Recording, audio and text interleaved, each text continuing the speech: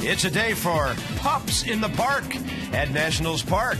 Nice to see our four-legged friends with us here, boy. Find a win out there somewhere, and maybe they come in twos. We shall see. Bob Carpenter, Ray Knight, FP still under the weather. Welcome to the ballpark today. And it's hard to set up today's game without thinking about some of the things Roger Bernardino did out there last night.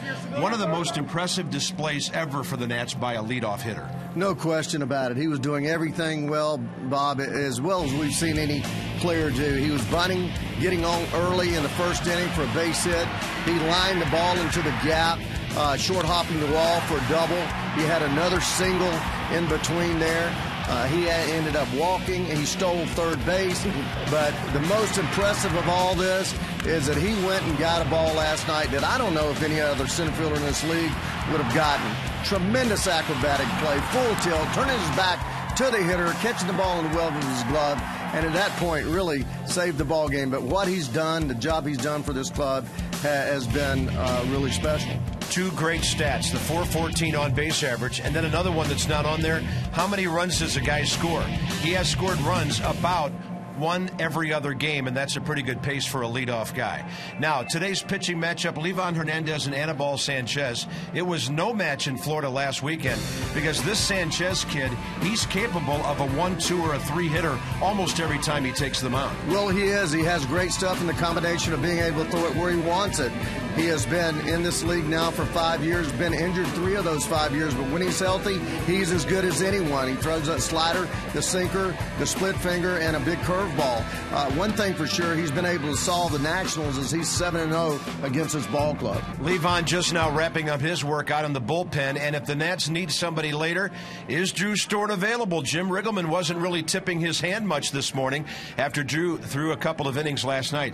Is any young pitcher in baseball throwing the ball better than this kid? Oh, no way. He is throwing the ball like a guy that's 28, 29 years old. Been in the closer role for basically almost a year now, and he looks like a man that's been out there for 10 years. A devastating slider. You call it a killer. I can't think of a better word for it. His fastball, 94-95, with tremendous location. He just has it all. Knows how to pitch, knows how to set up hitters. Drew Storen, the slider, the fastball combination. The Nats have a budding star in their bullpen. He's from Stanford, and he's making himself quite an early living here in D.C.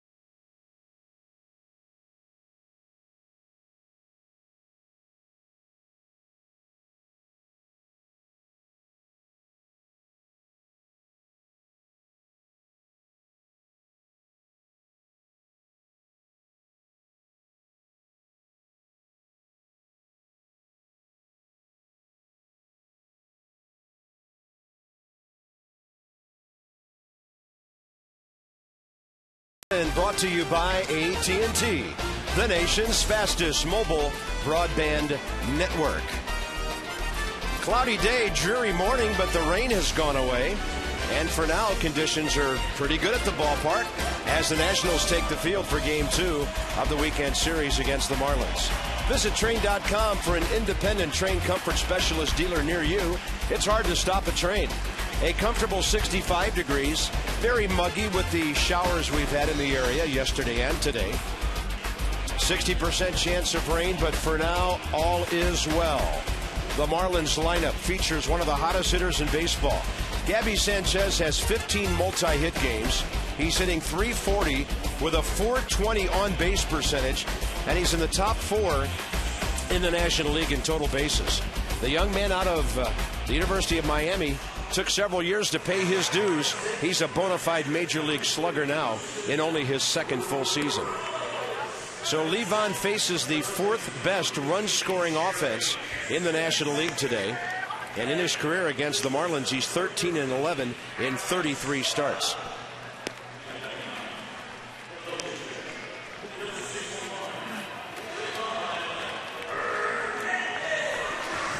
Nationals are climbing the National League defensive chart. They're now in the top 9 in the league. They've made 1 error in their last 14 games. You may note the absence of Ian Desmond. He has a left quad pull, and so Alex Cora, the sure-handed veteran, gets the call at shortstop today. Nats have made a move. You probably heard about it by now. Brian Broderick has been put on waivers, and Cole Kimball, who nearly made the ball club out of spring training, is on the ball club. He's 25 years old, out of Great Meadows, New Jersey, and has a great arm to go with it. So he is part of the bullpen now. The Nats defense nearly flawless in May, and Animal Sanchez struck out 11 Nationals just 6 days ago. I don't think there's anything else you need to know. Time for first pitch and get this thing going. We're on Levon time, by the way, whenever he starts, and right now we're 2 minutes late, and it could be 3 by the time he makes that first pitch. Nobody's going to get in the way of his routine. First pitch right in there, 81 miles an hour. Just as the clock was moving from 107 to 108. Chris Coughlin hitting .262. He'll sky one to right. Jason Worth, easy play to start things off. 13-year veteran Doug Eddings has the plate today. Crew chief Dana DeMuth will have it tomorrow. Kerwin Danley's at second, and Paul Nart works third base.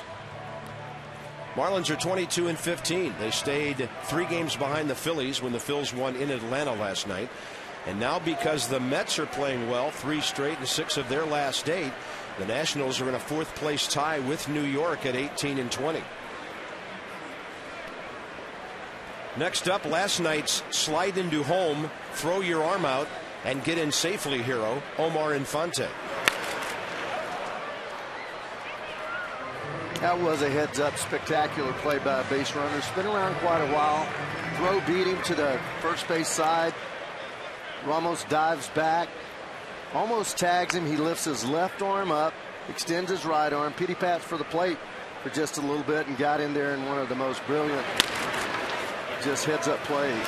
Cora, not an easy play. Low throw. And again, Adam LaRoche saves an out at first base. That ball not hit sharply at all. Infante can run really well, and Alex Cora with LaRoche got him out. Well, Alex has no chance unless he takes ground up and comes and catches this ball on the short hop, which he did. When he did that, he was a little bit off balance, more on the front side of his body. You'll see him leaning forward there. Not a lot to throw with, all arm, but the ever scooping Mr. Hoover over there. I've not seen anybody better. I haven't. Now that I've seen Adam LaRoche, I heard a lot about him, but really never saw him play day in and day out. And he's one of those players you have to see every day to appreciate his talents. Absolutely agree. Hanley Ramirez suddenly has a 5-game hitting streak, 7 for his last 21. He was batting right around the 200 mark when the Nats were in Florida last weekend. He's raised that up to 224. And in his career, he's 11 for 31 against Levon with 3 home runs. Nats respect his power, play him deep and nearly straight away in the outfield. Breaking ball outside, 2-1.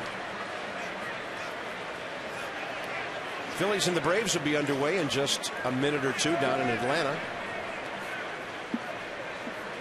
And then the Mets play at Houston at 4:05 today. That's the picture in the East. Close to the corner. As the game goes on, Levon's going to need that call from Doug Eddings. We got, you got to have this call. This is what gets him. That ball a little off the plate, but he needs those type calls in order to be effective. And every time that he misses out there, then something not real good happens. He does not want to mess with Ramirez, but there's a really dangerous guy coming up. So a 2-out walk. The totally locked in Gabby Sanchez. Bob, there's no one in baseball, and we've said it several times, but just to reiterate it, that has to have the outside part of the plate, the inside part of the plate, and I'm talking probably 4 inches, which is one baseball width and just a smidge. He has to have those balls called strikes, and when he's on, he throws a lot of balls in those spots. Thus, the umpire will tend to give him that pitch. And when he is, he's very tough to handle. When he doesn't get that pitch and he goes from a 2-1 count to a 3-1 count, then everything swings in favor of the hitter.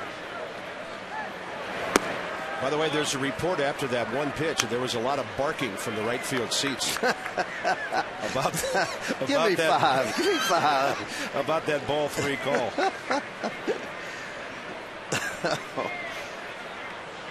One ball and no strikes to Gabby, hitting .340, 7th best in the league, 6th best on base percentage.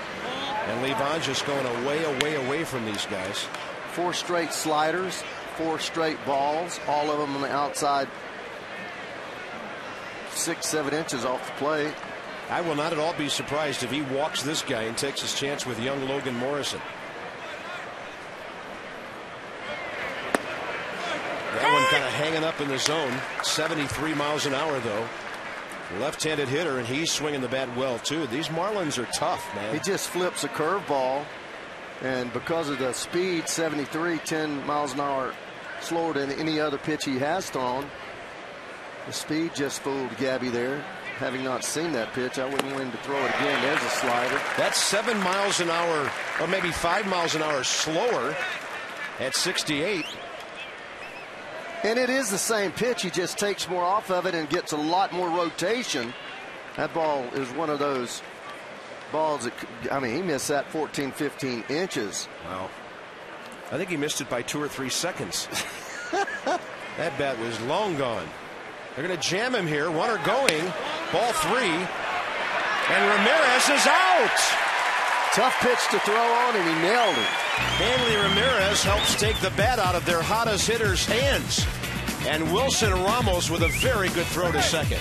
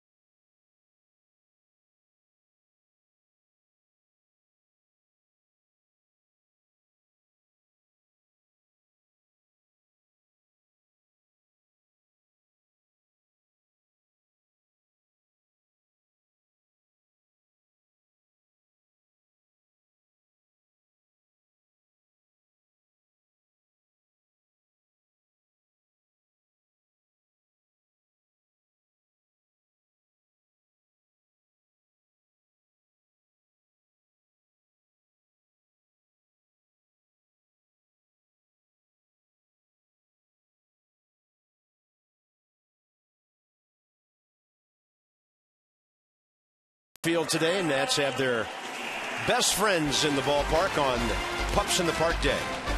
Lineup packaged by the UPS store. We love logistics. Roger Bernardino 4 for his last 8. But if you look down this lineup, he's 1 for 16 against Sanchez. Espinoza 0 for 4. Worth 2 for 22. Nix 1 for 6. LaRoche has the most hits, 6 for 24. There are a lot of lean batting averages against this pitcher. And Sanchez throws one in there.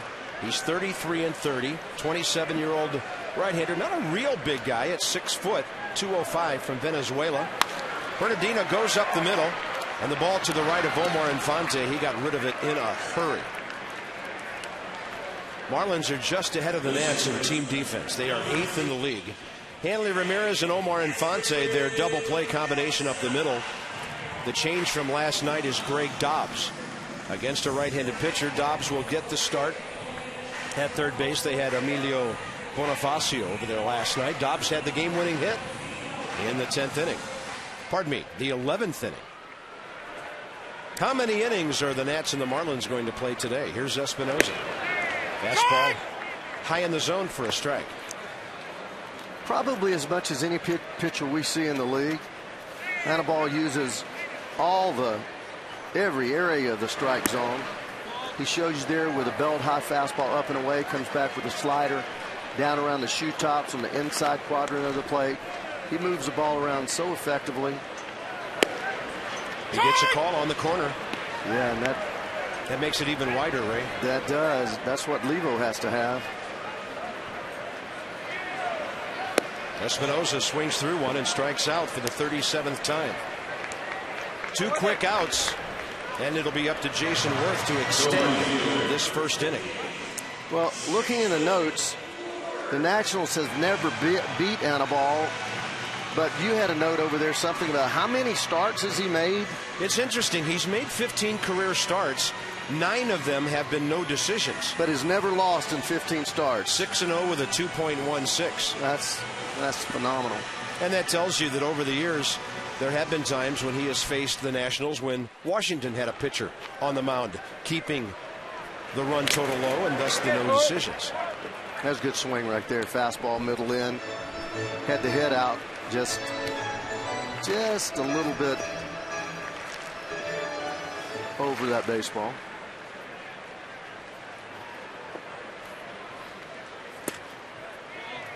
In and out, in and out. But I mean, there have been times, and Worth is only 2 for 22 against him. The Nats have won games 8-7, 7-6, 5-4, when Sanchez was no longer in the game. So there have been a bunch of no decisions. Now that's what is called overpowering a man. When you're 2 for 22 and 15 of those outs are via way of strikeouts. 15 strikeouts and 22 at bats against one guy. Worth will reach out and tap one in the air. Buck goes back just over the screen. He ran right into that barrier. And there's nothing really other than his gear to help a catcher, because that limestone wall is back there. There is an advertising sign, but he hit that wall, and that thing's got a sharp edge to it. Good things that he had. Good thing he has those knee protectors on, but that certainly doesn't help your thighs or your rib cage on the edge beside the.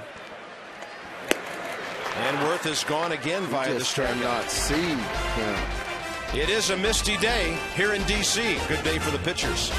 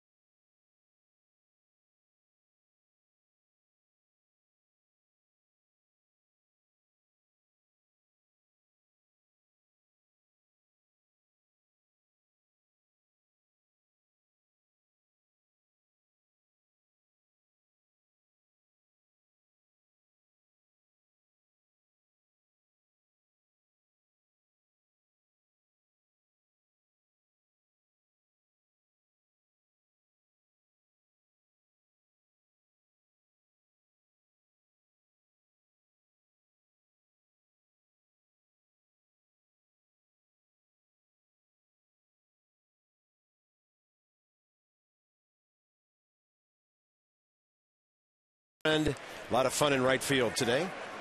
There's one of those eco-friendly totes they gave out at the ballpark. Top of the second, Gabby Sanchez was at the plate. And Wilson Ramos on an off-speed pitch gunned out Hanley Ramirez trying to steal. So Sanchez gets a fresh at bat here. 5 of 9 with a homer, 3 RBIs against Livan Hernandez. And he gets a strike on the inside half. Well, he's found a pitch he likes. He's thrown at 3 different speeds, 63, 73, and 78, the curveball, but he's gotten them all over for strikes. Target in again. That's okay as long as he gets it in there. And just misses right there by a ball and a half. I tell you, we've got some serious mist and a little bit of fog rolling in here. Our view of the scoreboard is obscured just a bit. Kind of a fine mist coming down. There's a big slow breaking ball. 61 miles an hour. The same as the number on Livan's jersey. Well, we have seen him throw it 59. Is the slowest I've ever seen. But it seems that the slower he throws it, the bigger the break. Well, gravity has to take over at some point. That one way in on Gabby's hands. I tell you what, if Levo could throw that thing at 88, he would wear hitters out, because 84 inside, just not firm enough, even when everybody's seen nothing but slow pitches to keep a batter from getting to bat barrel on the ball. There again is that outside call that he's got to have. They won't give him that pitch. They just haven't given him that pitch his last 2 outings. Yeah, we noticed Sunday in Florida, we thought Livan got squeezed by Lance Barksdale and had to throw the ball over the plate, and it was bombs away. He goes high heater, pumping it up to 83. Livan Hernandez, first strikeout, changing the level of the hitter's eyes here. Well, he does after going away, comes back up and in, ball not even close to the strike zone. But Gabby chasing that thing. All hitters will have a vulnerable spot. Right there, I haven't seen any pitcher go up on Gabby that I can remember in the last 2 or 3 series, and maybe that's something that Levo has figured out and somebody can follow maybe with a little success, but he had no chance on that pitch. He gets a outside corner call to Logan Morrison. This kid's on an 11-game hitting streak. 10 of those games took place before he went on the DL, and he had a homer here last night.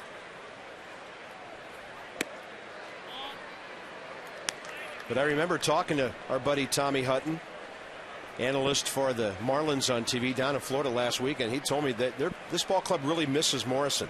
He's a good left fielder, gives them some good pop behind Sanchez. Livan goes off speed, and he's just dazzling people with those dangling off-speed pitches so far. But this is a very important part of their team, and the guy's hitting .322. No score, top of the second. Marlins and the Nats, neither team with a hit.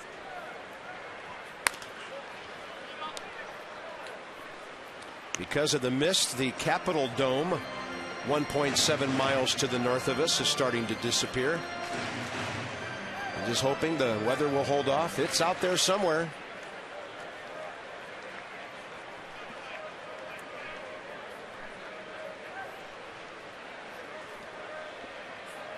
%60 chance today. And Morrison will sky one to left. Cruising back for it, Lance Nix. That ball carries on to the track about 370 feet. Call today to Luna. 70% off all flooring.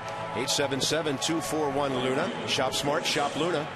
Of active pitchers, most starts, second most innings. He's going over 3,000 today. Always looking for complete game number 50 and win number 170.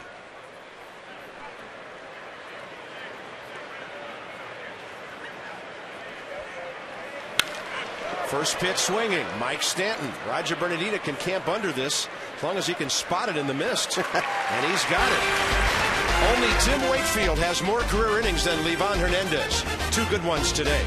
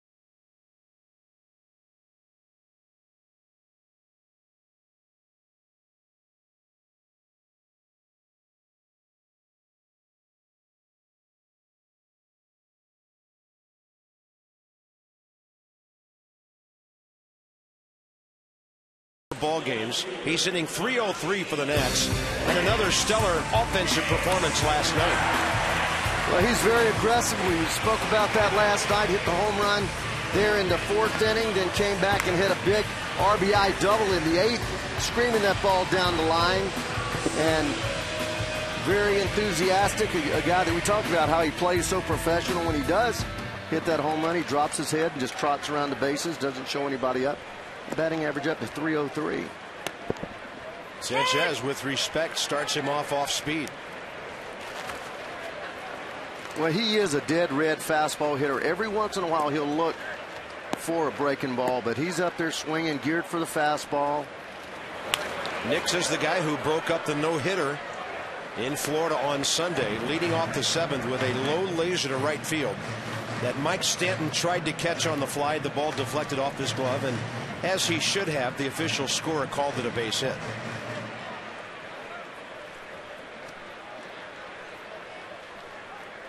Nix 1 for 6 career against Sanchez, so that was his only career base hit. Has a little modest 5-game hitting streak, but 2 of those games he had 3 knocks. And Adam LaRoche has hit safely in 7 of his last 9. Nice to be able to talk about some offensive numbers lately, isn't it? The Nats batting average is still the lowest in baseball at .225. Minnesota and Seattle, the next 2, at .228. But the trend is upward, and that's good news. Nix didn't get much on that one, and he will drop it into center field. You have to play him so deep, and now he's batting .312. There's no substitute for strength, and all this is sheer brute strength. The ball hits him about his label, but he's so strong he dunks the ball deep enough over the infield that nobody has a chance. And that ball was up in the sky up in the air for a long time, just in that no man's land there. And Lance Nix extends his hitting streak to 6 games. Nice.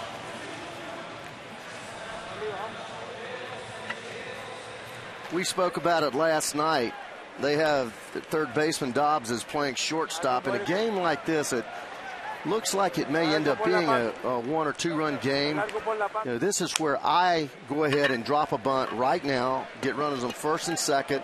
LaRoche has tried it a couple of times this year, bunted the ball too hard, but right now with nobody over there at third base, he can square around and bunt that ball over there and get runners at first and second. It's just something that you see, and you're not planning to do it, but it just jumps out at you. And Ray, if you do it a time or two, are other teams then forced to call off the shift? Well, yeah, if you make up your mind that you're going to just take that bunt, then other teams will do that. They can't afford to let runners be on first and second all day long with nobody out. You just can't do it. Or at least the third baseman will play and respect the bunt, maybe play in that same area, but come all the way up on the grass to try to discourage the bunt. But, you know, then that opens up all that area behind the infield that, just as you saw Lance Nix, that ball fall in there. But that, wow. I mean, you've got... There's 50 feet of room at least. All that space. 2-1 to LaRoche. When you think about it, it's 60 feet to third base. He's playing now all the way back. That's another 40 feet. So he's 130 feet. And you're talking about this whole area right in here that you can bunt the ball. And that's huge. That's huge. 2-1 count, you know, you can get a strike, square around and bunt it over there. There's just no reason not to.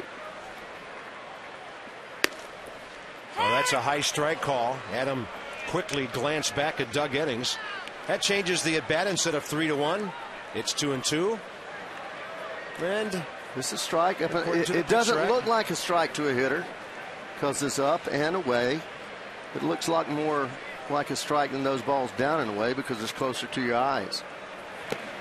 Then he goes down and away and strikes out LaRoche. See, so you never know. I mean, you never know, but you just think that someone would demand that bunt in that situation. I know you're in the bottom of the lineup, but it doesn't matter. You still have 3 hitters, and Ramos, Harrison, and Cora capable And Ramos, a fantastic throw in the first inning. It looked like there was no way he could make up the jump that Hanley Ramirez got on that off-speed pitch, but he did. And Ramos is now 5 out of 11 gunning down runners this year. Ball high in the air off Ramos' bat. You know, that's about as happy as I've been to see a foul ball lately, because he's staying on the ball trying to hit something to right field. Well, when he's been struggling, Ray, for his last 32. When he's going well, he's hitting the ball to right center field. When he was hitting 350, 360, but right there everything's good. He's standing behind the ball. The bat's just a little late, as you see it behind the plate, angled toward the on-deck circle. By the way, just did a little bit of math, which play-by-play guys are usually reluctant to do. Combined with Pudge Rodriguez, Ramos and his veteran partner have thrown out 9 of 22 base stealers. That's strong. And only there's one other team in the league that has less base running attempts, steal attempts. So in other words, only one other team our team's more reluctant to run against than our ball club, huh? Yep, and I had that note right here. But you can believe me on that. Well, you have the youngster working from the veteran. And they're both doing the job defensively, although Pudge's playing time is down considerably. Ramos is 3 for 6 against Sanchez with an RBI. 1 ball and 2 strikes here.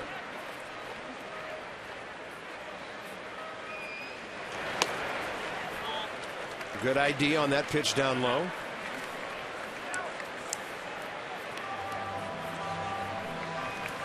Next up, Jerry Hairston Jr., who's 11 for his last 29.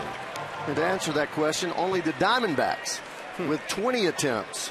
And they play in one of the best hitting ballparks in the country. So yeah, people don't run there. They don't run there very much.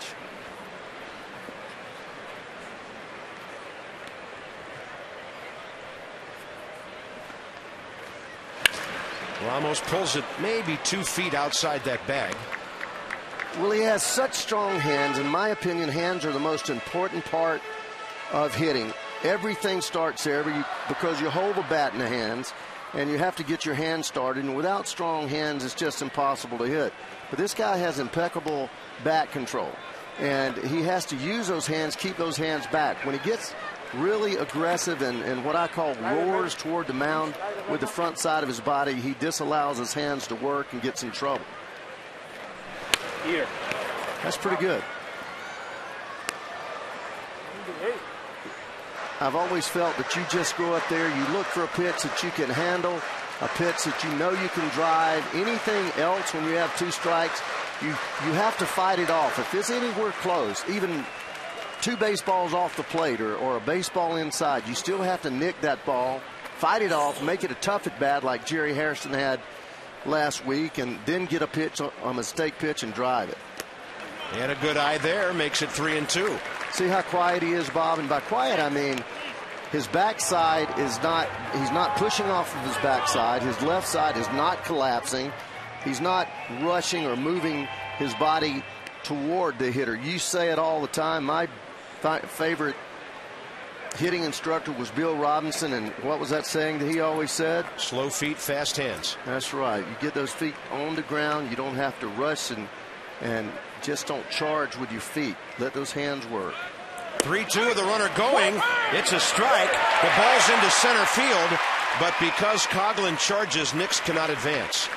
So Anibal Sanchez has now struck out 4 of the 5 he's retired, but Nix does steal second as the Nats continue to run the base as well.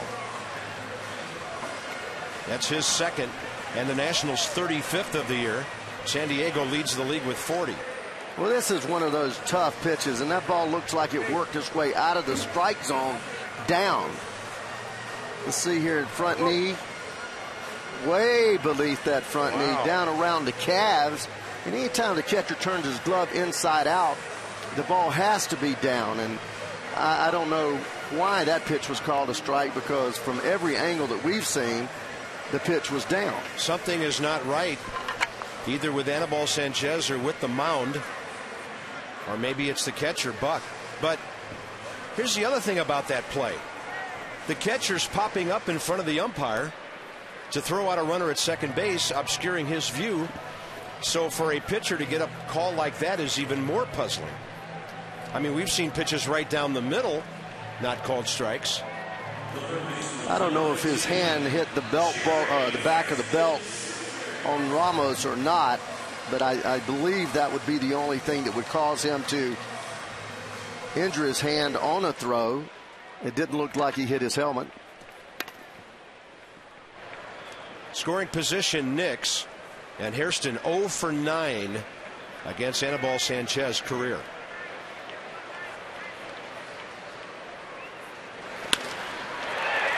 And he gets some bad luck on a ball speared by Hanley Ramirez. Nats are gone in the second, no score.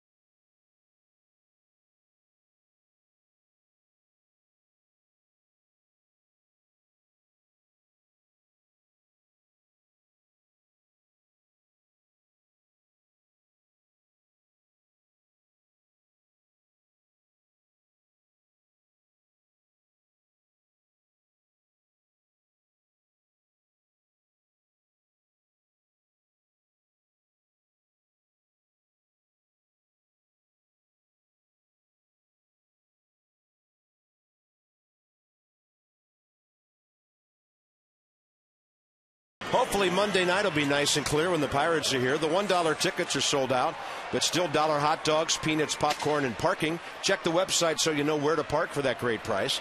And we can't emphasize enough to you the starting time for Tuesday. Very rare. It's a $2 ticket Tuesday, but the game's at 1:05. Select seating available. Some restrictions apply while supplies last. And the Nats will head for New York. 2 at the Mets. 3 in Baltimore, 3 in Milwaukee. And how about some of you Nats fans buying some tickets up there at Camden Yards and giving the Nats some support on the road? We know many of you do. Love to see you up there. Dobbs, Buck, and Sanchez, top of the third. Greg Dobbs is 3 for 5 against Levon with 4 RBIs.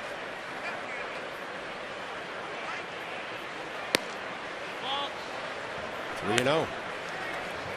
26 pitches, 16 strikes for Hernandez through the first 2.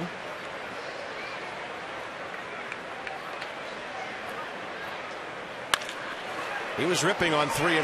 Got the green light, and Espinoza throws him out. Let's check out our game flow from our friends at Hankook Tires. Be one with your tires, and the road will be one with you. Be one with Hankook Tires. Driving emotion, I like that.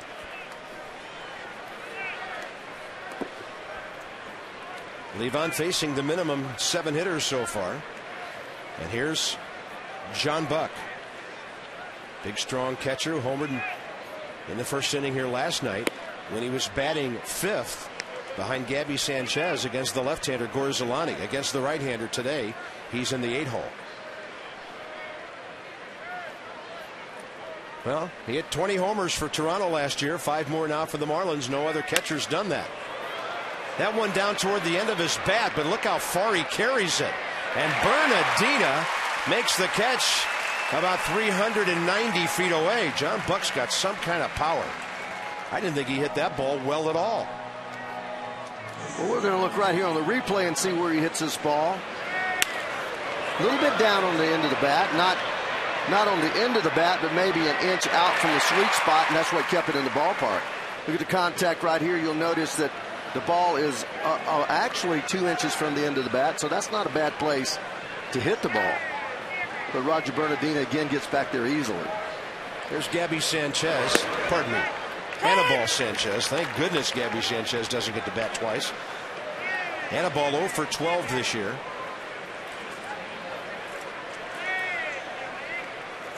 070 career hitter with 4 RBIs. They got this kid from the Red Sox with Hanley Ramirez plus 2 minor leaguers for Josh Beckett, Mike Lowell, and Guillermo Mota back in November of 05. A big-time transaction by the Marlins that really shaped their future. We were told at the time that for them to give away talents like Beckett, Lowell, and Mota, Hanley Ramirez was the player to make or break that trade, and the Red Sox threw him in there. Worth's going to throw him out if he hits anything to right field because he's playing deep second base. How about going up the middle? Look at that. Marlins pitchers have now been on base 3 times in this series, and that'll get it up to Chris Coughlin, who you saw in the on-deck circle a moment ago. That's Florida's first base hit. And big base hit there to turn the lineup around and get the pitcher out of the way. But you like to retire that pitcher. You don't necessarily want that man to get on base, but some people have always said, hey, when he gets on, he's going to get tired because he has to run the bases. And so, my goodness, we start to get ourselves out of shape lately. You can't run the bases. Yeah, I think that's overrated. I mean, if it's 95 degrees on a Sunday afternoon in July or August. Adam LaRoche picks it. He knows there's 2 outs. Right to the bag he goes. And he retires Chris Coughlin. Lee Vaughn with 3 zeros on the board so far.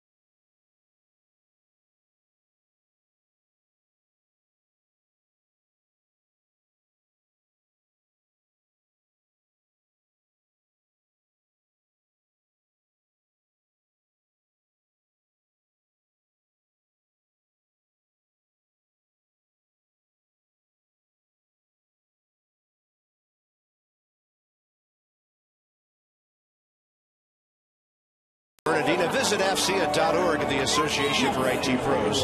Debbie's working in the mist today. You okay down there?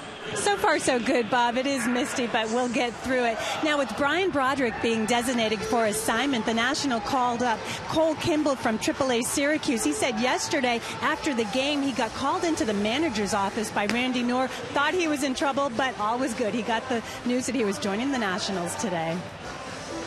It's just fun to be with a bunch of good guys in this pen. They've all been working hard all year, keeping games close and stuff, and I just want to go in there and help the team. Now, Cole is a converted starter, and National senior advisor to General Manager Mike Rizzo, Davey Johnson, told me he's definitely got that closer mentality. He said he's got an intestinal fortitude that is really good. He's of a different breed and definitely likes to get that last out, guys. 27 starts as recently as 3 years ago at Single A Hagerstown. And Mike Rizzo reports that he's throwing his fastball, his four-seamer, about 94 right now. He's got a two-seamer, a curveball, Ray, and a forkball, actually a splitter, which is, I guess, a hard forkball. But Kimball is tough to hit, and we can't wait to see him. And we wish Brian Broderick well.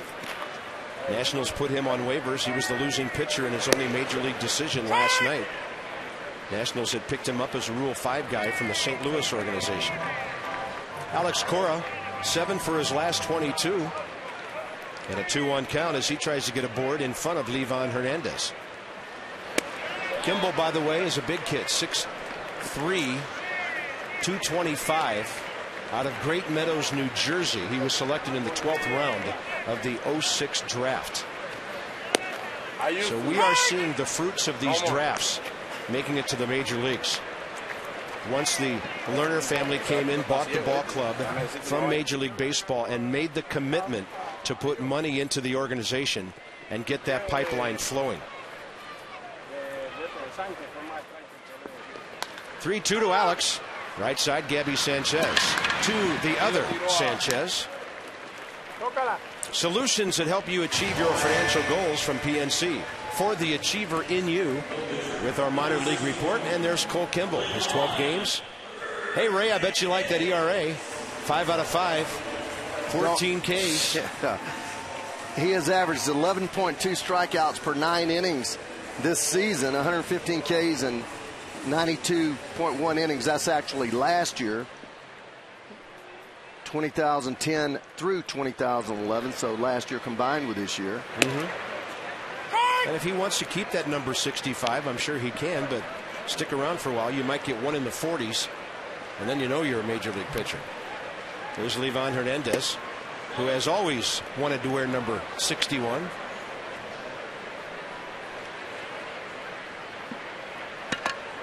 He was born in 75. Oh, that makes sense. You can always tell when Livan's the starting pitcher. There is lots of lively music playing in the clubhouse on the morning of that start.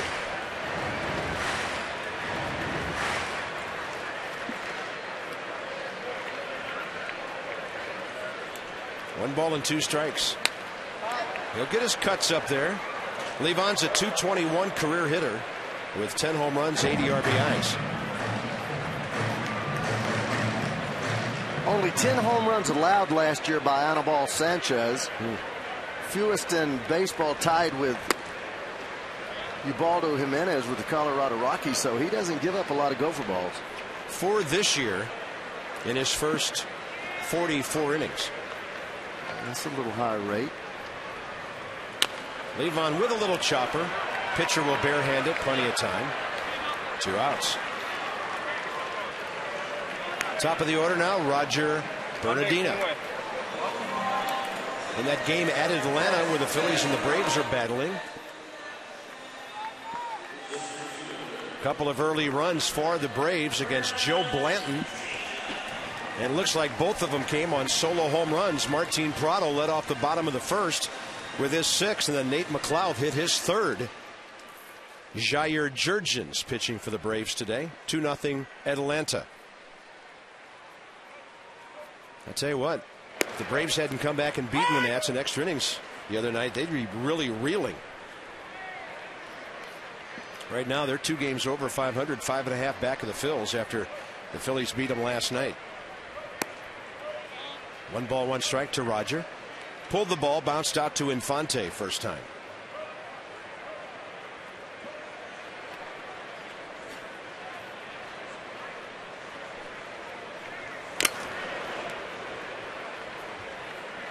And Roger, of course, is a young man with lots of power. He hit 11 home runs and drove in 47 in 134 games last year. His on-base percentage was .307 in those 414 at-bats when he hit .246. I don't know. He just looks a lot calmer at the plate, Ray, even than he did at spring training. We saw a lot of right-handers dropping breaking balls in the dirt on him, and he's looking much more relaxed at the plate. Well, that comes with exposure. The more experience you have, the more comfortable you feel at the plate. That's a fastball up and in, and the way Doug Eddings popped up, I thought he might have the bow and arrow with him, but he said ball 3. Well, there's not anything that this kid can't do. The one thing, the on-base percentage could get better. He's shown that thus far this year. And then some high gas, actually a changeup at 85 by him. He thought it was a fastball, and Sanchez up to his old tricks against the Nats.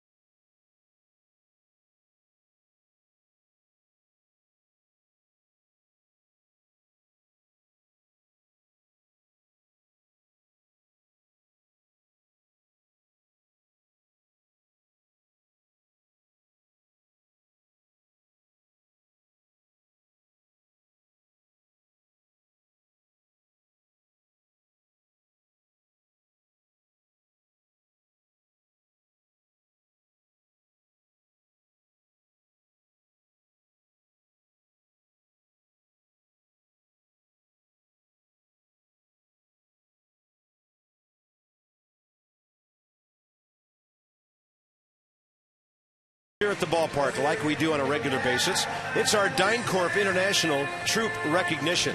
At DynCorp, we serve today for a better tomorrow. Nationals bench always responds. John McLaren, Pudge, one of their biggest supporters.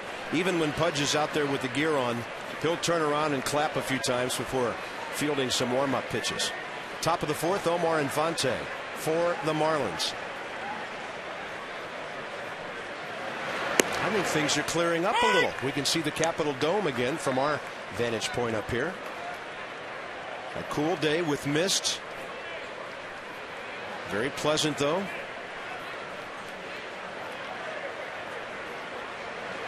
Infante hit the slow roll to his short first time, on which Cora made a good play with LaRoche.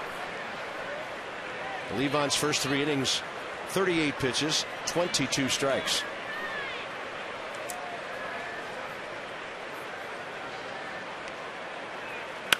There's that slow breaking ball and another slow roller.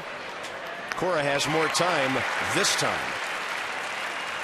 That is Livan Hernandez reaching the 3,000 innings pitched mark. The 108th pitcher to do it since the turn of the 20th century. How about that? Congratulations to Levo. Only Tim Wakefield, as we mentioned earlier, of active pitchers spinning that, or at least not spinning that knuckleball around, more innings over his career. Levon's first year in the big leagues was 97. If I remember correctly, Wakefield was a rookie pitching in the playoffs for the Pirates circa 91 or 92.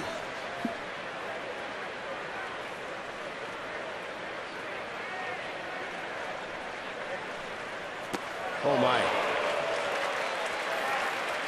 My best recollection of Levo was when he was playing against the Braves in the playoffs. What's his curveball?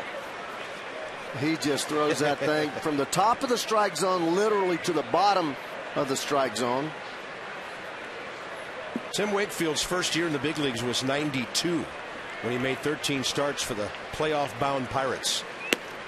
He started this season with 3,071 innings. So Levon started this season about 125 innings behind Wakefield. 1-2 now to Hanley Ramirez, who walked then was caught stealing first time. That's going to ring him up on the corner. Livan Hernandez has struck out their 2 best hitters today. Gabby Sanchez in the second and Ramirez here in the fourth. Well, this is spotted right here, right where he wants to throw it. Sets up outside, just nicks the corner of the plate with that swing back fastball. And Hanley couldn't do anything but spin around and put that bat back in the rack. All right, let's see what happens with Gabby Sanchez this time. A little slider. Still can't get that call. Probably not a strike, but Levon, as we mentioned, needs that wide corner out there to really be effective.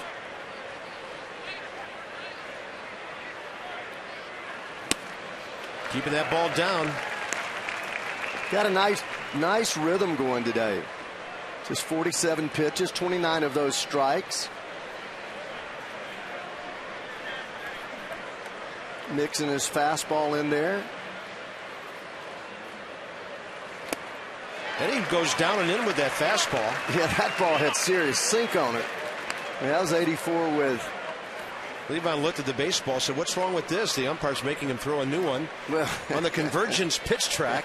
Yeah, that's because he thinks there might have been a foreign substance on that thing. That ball's not supposed to move like that. Convergence Technology and Citrix, the winning team for desktop virtualization. Call the experts 301-860-1960 or visit convergencetech.us. Levo went up in the strike zone there. Remember the last time he struck Gabby out on a fastball up above the letters. He threw that one just below the letters. Looks like a big slow curveball here to me. Oh my! 62. Levon drove to the ballpark faster than that today.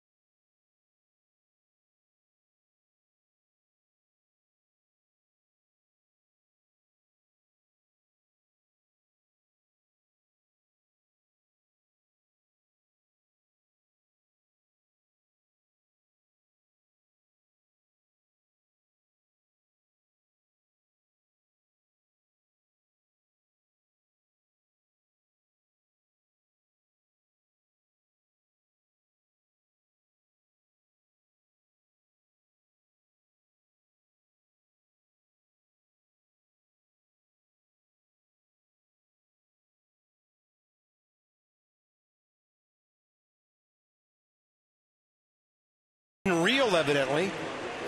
What does he have in mind?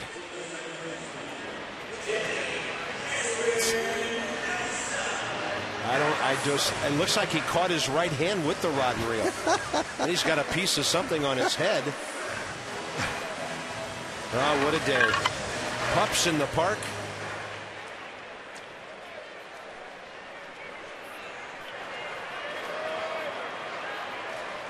Espinosa looking to drag a bunt. Couldn't quite get it by the pitcher. But that's over nearer the line, maybe 8 or 10 feet over. That's a base hit.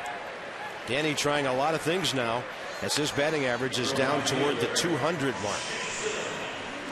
It's a misty day. It's a comfortable day, though, at the ballpark. 65 at game time here at Nationals Park.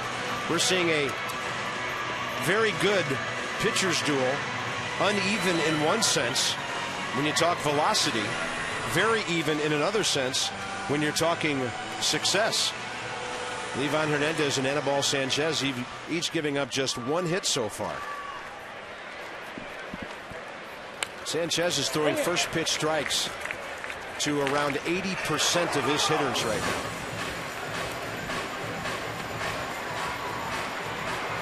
Struck out swinging Jason Worth, who now has struck out 9 times in his last 4 games.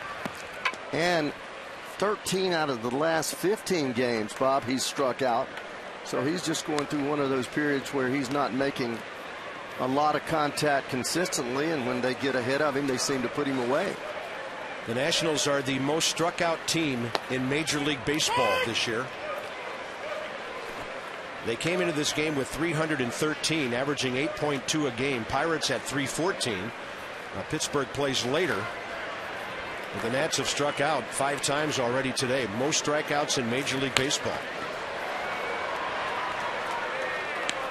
So I think you could say we're waiting for the bats to come alive as FP and I, and I'm sure you and Johnny and Phil have talked about, and Ben Gessling.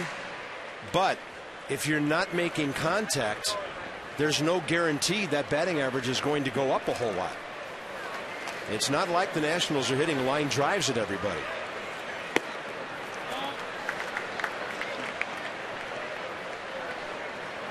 And this is a guy who punched out 11 of them last weekend. I think I heard Phil Wood say on the radio last night.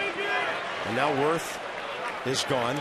The Nationals struck out 100 times on the road trip. And they just looked like, some of the hitters looked like they're in between. They late on the fastball, and then way out in front of a breaking ball. That ball's not even close to a strike. You shouldn't even have to offer that pitch. That ball's down around the ankles, a good 5-6 balls off the plate. So it's just like going through one of those things. You're just not seeing the ball well.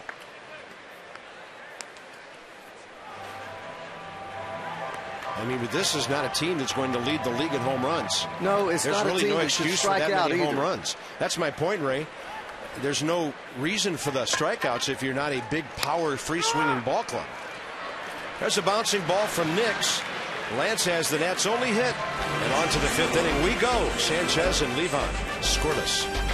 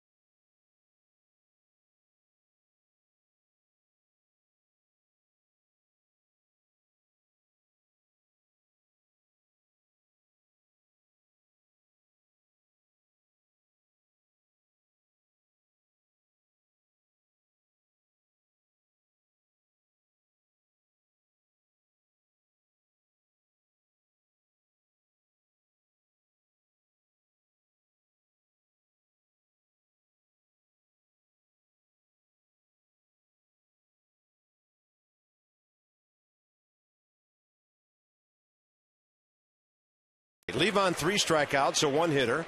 Sanchez 6 strikeouts, a 1-hitter. We knew this guy would be good.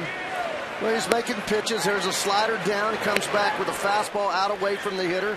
Levo's doing the same thing, just a little softer speed with a fastball away that locks up Ramirez, and then the slow hook that gets John Buck. And we're back to life. And ball 1, top of the 5th. Logan Morrison leads off, flied to left first time.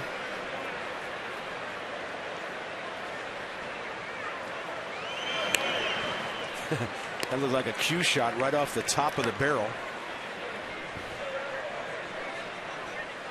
All right. Hammered through 5 last Sunday. Brilliant through 4 today.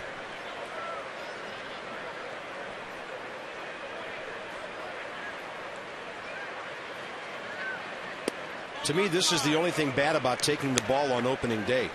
For the first 2 months of the season, you're always matched up against some of the best pitchers in the league. I know John Lannon's had his share, but so has Levon. Well, there's no question about that. And you go out there and you have to pitch gems night after night after night to even get a decision. Well, he's got that curveball working. That's been his best pitch today. From 61 miles an hour all the way up to 79. Locating it, showing his fastball in and out, and then getting hitters out with the breaking ball. 2-2 to Morrison. Target in. Tried to swing back that fastball and just threw it too far off the plate. Good hitting ball club, these Marlins. Big, strong Mike Stanton is next, and then Greg Dobbs.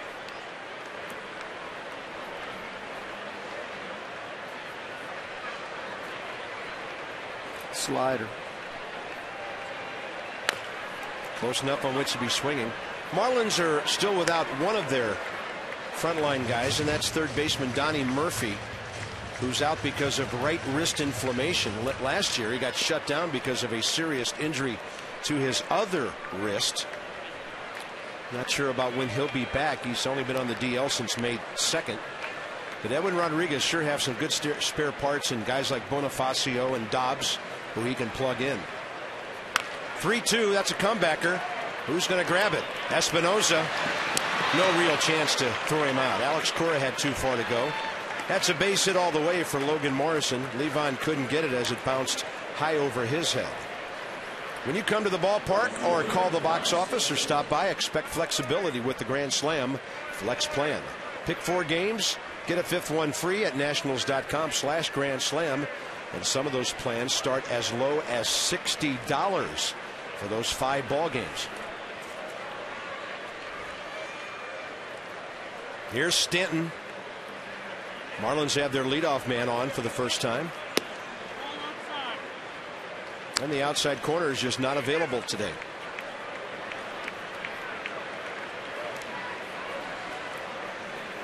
Stanton was called up June 8th of last year, hit 22 homers, drove in 59.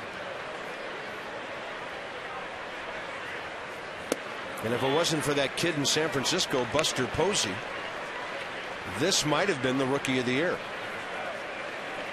In 100 games, he drove in 59 runs in 359 at-bats. He also had 21 doubles and a triple. But like a lot of young sluggers, he found time after June 8th to strike out 123 times. That's really something when you consider he was in the minor leagues for the first 2 months. I don't know, Ray, I think back about the strikeouts. We were on that subject last inning. Seems to me it was about the mid to late 80s when young guys like Pete Incaviglia and Rob Deere came up, and all of a sudden nobody cared about striking out anymore. They just wanted to see the long ball. There's that big slow hook. And about 87 was, I think, the year we first started hearing about the lively baseball. And it's been a different game since then. Verizon Pitch Track. Beautiful curveball. 69. Again, just living off that curveball today, as it's been by far his best pitch. Certainly as far as throwing strikes with it. 2-2 pitch. And Stanton will pop it up. Danny Espinosa is under it for the first out here in the 4th. Let's check it out again on the Verizon Pitch Track. You can rule the air on the most advanced 4G network in the world, Verizon 4G LTE. Well, he just throws the ball right down the middle. Slow curveball right down the middle. Got him out front a little bit on his front foot.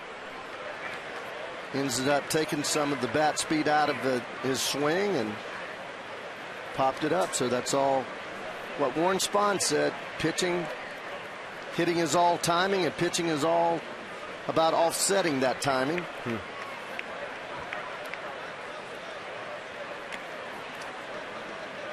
You know, then you see guys these days like Pujols, Chipper Jones, who in many cases have more walks than strikeouts. We consider them such rare birds these days. Well, I hate strikeouts, and I hate to even get started on it. We talked about it almost every night. on our show, and because I've just seen it time after time after time again, where we have runners in scoring position that nobody makes contact, and sometimes you're 2-0 and they swing hard 3 times and you go put the bat in the bat rack. There has to be a change. There has to be some type of shortening up, some type of give in, not emotionally. You've got to get stronger with 2 strikes, but you have to battle. And you just can't take for granted that you're going to strike out. It should be something that tears your guts out when you don't make contact. I mean, there is something about making contact. The way that I was raised with my father, if I struck out, I didn't hear the end of it. So, you know, I had 2 pitches to try to hit the ball hard, try to hit doubles or drive the ball. Once I got behind with 2 strikes, I'm trying to make contact any way I can to put the ball in play, especially situational hitting. 1 ball, 1 strike to Dobbs, who knows all about situational hitting. Long time with the Phillies and now the Marlins, a late inning pinch hitting guy, but getting lots of playing time now. And Bob, you might have one guy on a team in the 70s, 80s, 60s that would, you know, go for the downs like a Willie Stargell, Willie McCovey, Lee May. But even guys like Tony Perez were tough 2-strike hitters. Bench was a tough 2-strike hitter. Gary Carter, tough 2-strike hitters. Andre Dawson, those guys could pole. But you get them with 2 strikes, they're not going to just swing and miss. They're going to fight pitches off and get a better pitch to hit until that pitcher makes a mistake. And sometimes there seems to be a concession that, okay, I'm going to swing as hard as I can. If I hit this ball, I hit it. If I don't, I'm going back. And that's just not the right mindset. I mean, I understand when you're down. I mean, when it's a 0-0 ball game and you're at home and it's in the 7th, 8th, 9th inning, you know, swinging for the downs. Yeah. But I don't understand with a runner on second base and nobody out how, you know, you can't somehow make some type of contact. Folks, this is a man who knows what he's talking about. Ray Knight made contact in his career 89% of the time. That's out of play to the left side, so you're preaching what you practiced, Ray. That's pretty impressive, only striking out 11% of the time in a long career. Livan Hernandez waging quite a battle with Greg Dobbs here in the 5th inning. 1 on, 1 out. Morrison bounced a base hit over the mound first time. Livan popped up Stanton. And Dobbs continues to battle here on 2-2. Well, that's pretty much an at-bat you were just talking about. Wow. And you see what he did with it? He decides that he just changes his field. First couple of swings, he had the bat barrel out front.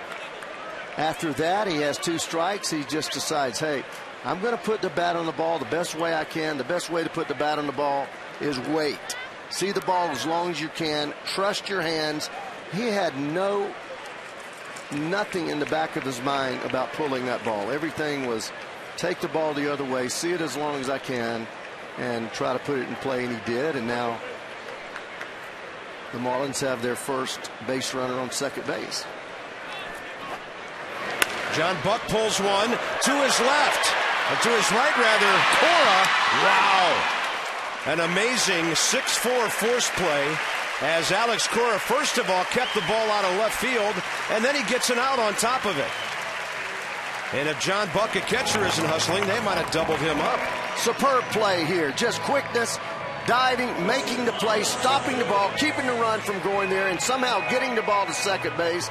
And Danny having a chance to turn it. Really no chance, but sweet play. And this is what you talk about, young infielders. Knock the ball down. Keep the ball in the infield. With a runner on second base, do whatever you can to keep that ball in the infield. Not only did he do that, as you said, Bob, he got the out. Bouncing ball to Cora. And this will end the inning on a throw to LaRoche. That's nice. Alex Cora subbing for Ian Desmond today. Put him anywhere. He'll do the job with the leather.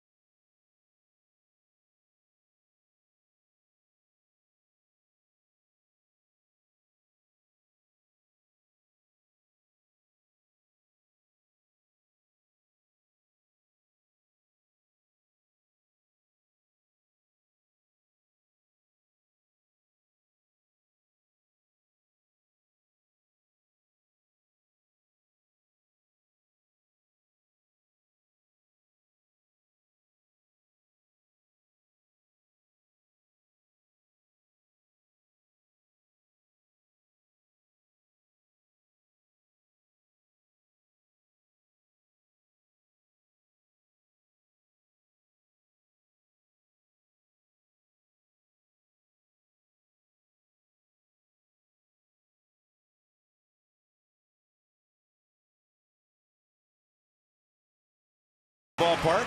Hey, by the way, today's one of those family fun pack days. So's tomorrow. Don't forget about that. And our next TV game will be tomorrow. Javier Vazquez, 2-3. 3 earned runs or more in all 7 of his starts this year.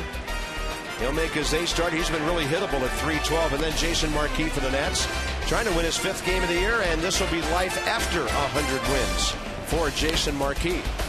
1:35 first pitch, Nats extra at 1. We'll join you from the ballpark at 1:30, and then play the finale of this 3-game series before the Pirates come in for 2 Monday, Tuesday. Livan Hernandez is doing his part. Hopefully the boys will take care of the other part now. Now, you know, having discussed all of these things on this strikeout discussion, as Bear Bryant used to say, you know, the other guys are on scholarship too. Oh, yeah. And so you're facing a tough pitcher today. Striking out 6 times in 4 innings against Anibal Sanchez is not the most humiliating thing out there. Well, let me get this straight. I mean, strikeouts are part of the game. There are just times that you can't do it over and over and over again with a runner on third base and infield back. Think how many times this ball club has struck out with a runner on third base, the infield back, and all you have to do is keep the ball to the center of the field. Whether it's the second baseman, shortstop, a ground ball to the center of the field, or a fly ball anywhere in the outfield. And a lot of times you just go up there, get a pitch in an area. You're not trying to hit the ball out of the ballpark. You're just trying to make solid contact. So, you know, not trying to rag on anybody. It's a fact. It's right there in the stats. And we strike out too much. There's no question about it for the type of hitters that we are. It's no longer early.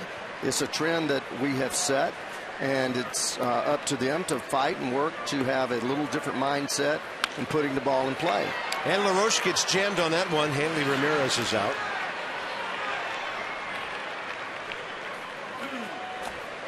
Ramos coming up. Let's check in on some do you knows from AT&T. 2 Marlins starters that have never lost to the Nats. Have you been paying attention, folks? We'll let you think about it and tell you who they are shortly. Wilson Ramos had a pretty good battle with Anibal Sanchez first time. He was called out with Nick stealing second on what we thought was a pitch low for ball 4. And then Hairston lined out to end that threat in the second. Ramos pulling that ball over by the bag.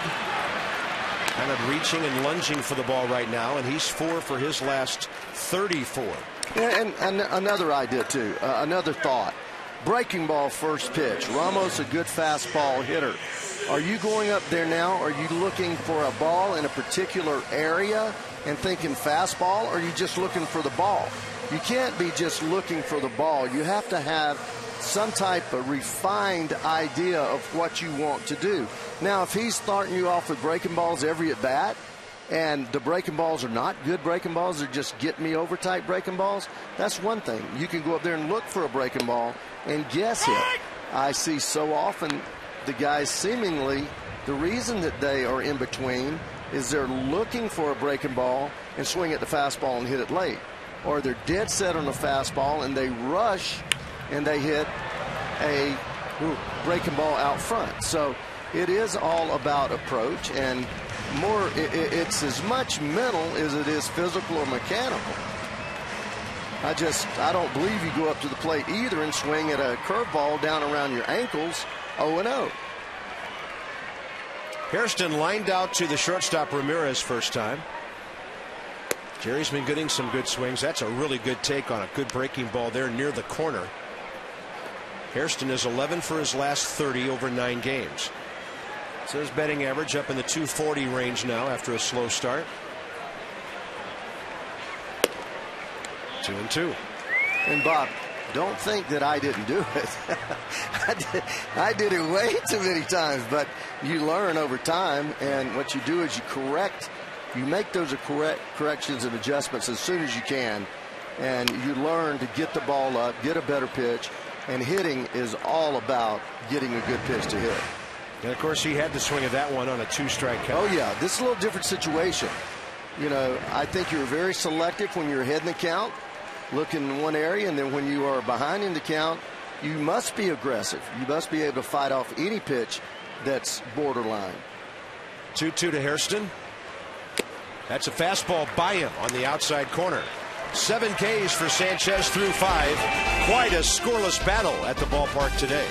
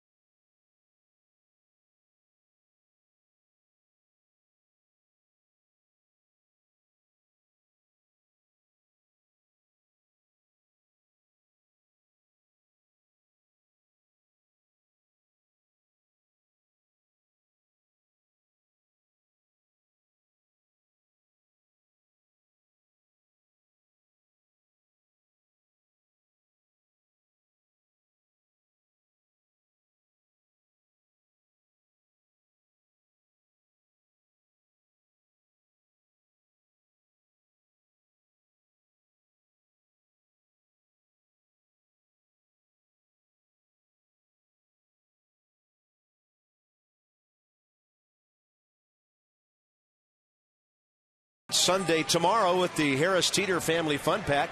It's in effect today and tomorrow. All inclusive. Starts at $14 a ticket for the ball game. Hot dog, chips, and a Coke. Nationals.com/family. Some restrictions apply. It's all about the Clan having a great time at the ballpark, and you can do that with us here tomorrow. Watching Jason Marquis and Javier Vazquez. Top of the order, top of the 6th. Levon against Chris Coghlan. Coghlan in this series 1 for 8.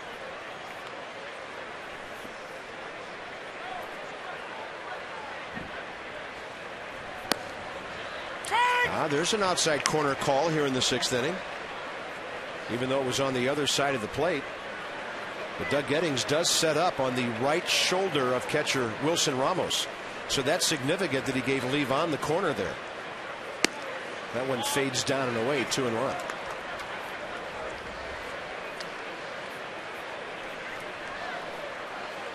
Umpire right over the inside shoulder, looking right down the inside part of the plate.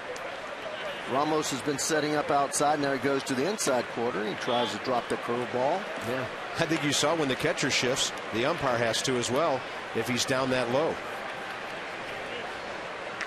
Coghlan, Infante, and Ramirez in the Florida 6th.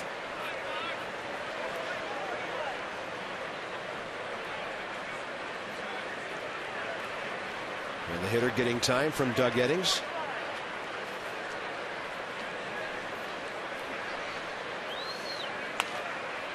Little slider.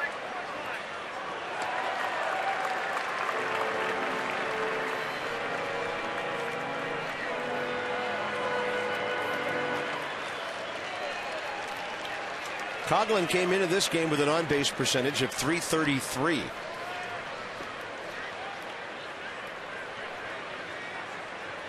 Hit .268 last year, .262 this year after his Rookie of the Year campaign in 09, when he batted .321 and became the 3rd Marlin behind Dontrelle Willis and Hanley Ramirez to be the Rookie of the Year. Logan Morrison a base hit leading off the 5th. Dobbs a clean single to left. And of course Anibal Sanchez had one back in the 3rd. There's a slow breaking ball. It's so slow Coghlan couldn't hit it fair.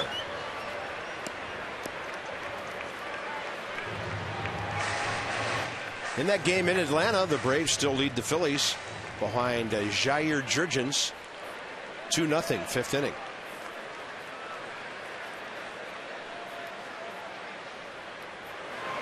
Levon goes with the fastball, and he can't hit that one fair either. Yeah, I would stay away from him there, though.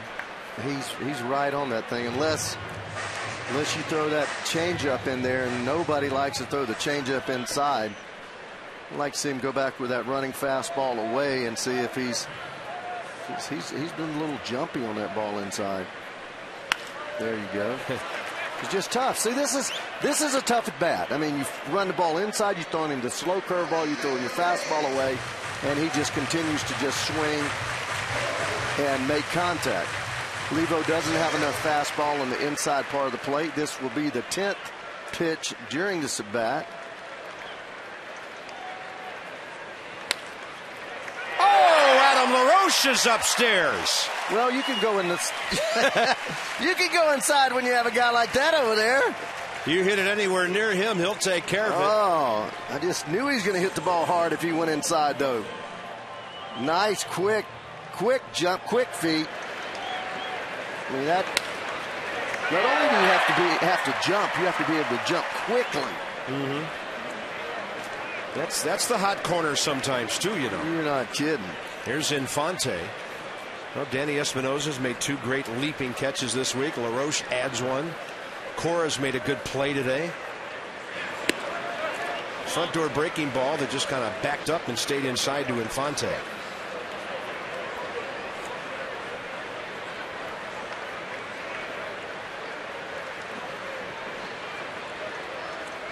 On April 14th, the Nationals had 11 errors. 1 month later, they have 23.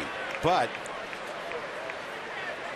of those extra 12 errors, 11 of them came in the second half of April.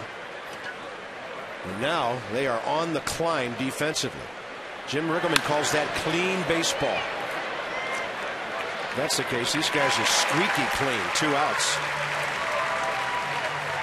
You've got to like the way the team has played, you know, over the last month, 2 weeks especially, but you know, the whole season. Some of the errors that the ball club have made have been errors that have been, you know, concentration errors, but this is by far, I mean, miles better than any ball club that this town has had. Absolutely. And you've been here 6 years, and the 5 years that I've been here, parts of 5 years. Yeah, this is the best defensive stretch we've ever seen from this club. First pitch breaking ball to Hanley Ramirez, who seems to have issues on every pitch. He's not real sure right now. I do believe he has not necessarily appealed to the umpire, but has asked the umpire after every pitch. That's that good sinker. My favorite was when Hanley lines out to somebody and stands there for like 20 seconds in disbelief. Gabby Sanchez is next. Levon has struck these 2 guys out 3 times today. This will be a bouncer to Cora. Another clean inning for Levon Hernandez and the Nats. He'll bat after Cora. Bottom of the 6th ahead.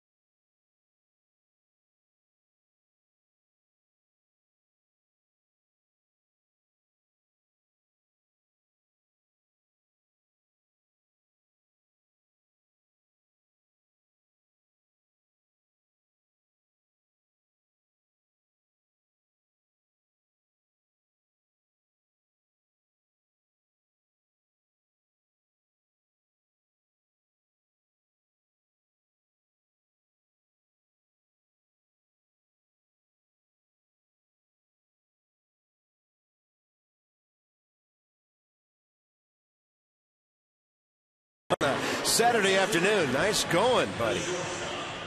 Looking rhythmic. All right, let's talk about the two Marlins starters that have never lost to the Nats. One of them's on the mound today, isn't he? Yes, he is. And Josh Johnson. Now, the Nats have won a bunch of games that Josh Johnson has started. That guy is one of the most dominant pitchers in the league right now. He's first in ERA 1.63. He is fourth in innings, first in opponent's batting average at 168. The big man from Jenks, America, tiny town in Oklahoma, who now lives in Vegas, the leader of this Marlin pitching staff. The Nats do not see him. How about that? 2 consecutive series down there and up here, and the Nats didn't see him. They've seen enough of Anibal Sanchez, though. Yeah, he's throwing 2-1 strikes, 72 pitches, 48 strikes, just 24 balls.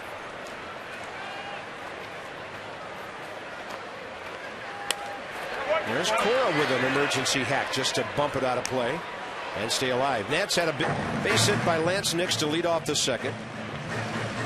And that is it. Yeah. That is it. And that's a bloop hit to center. This guy is one bloop away from another no-hit game through at least 5 innings. Cora goes out to left center. It's hanging up for Coughlin. 1 out.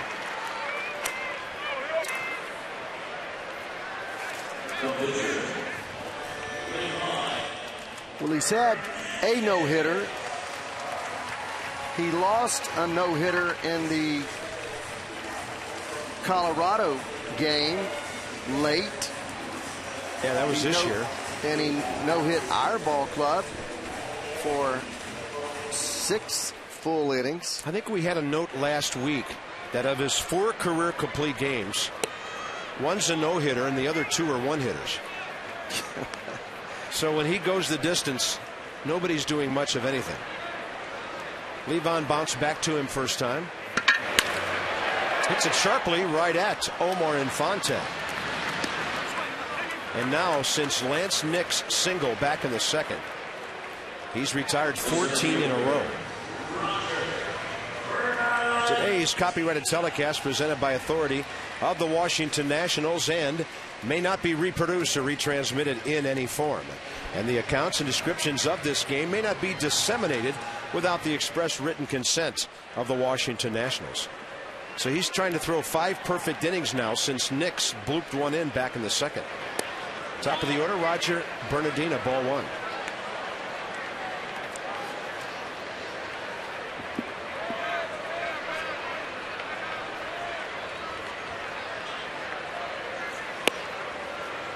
Right on the corner.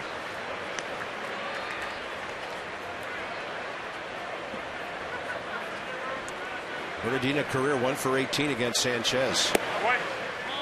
That's what he'll do to a left-handed batter, right-handed, switch hitter, you name it. Well, just for example, these 3 pitches, his first pitch was a 76-mile-an-hour curveball. Then he went to the fastball, straight fastball, 93 away. And then the slider, 83, and comes right there. That looks like the splitter there. It didn't have slider rotation, but it went straight down. So 4 pitches, 3 and 1.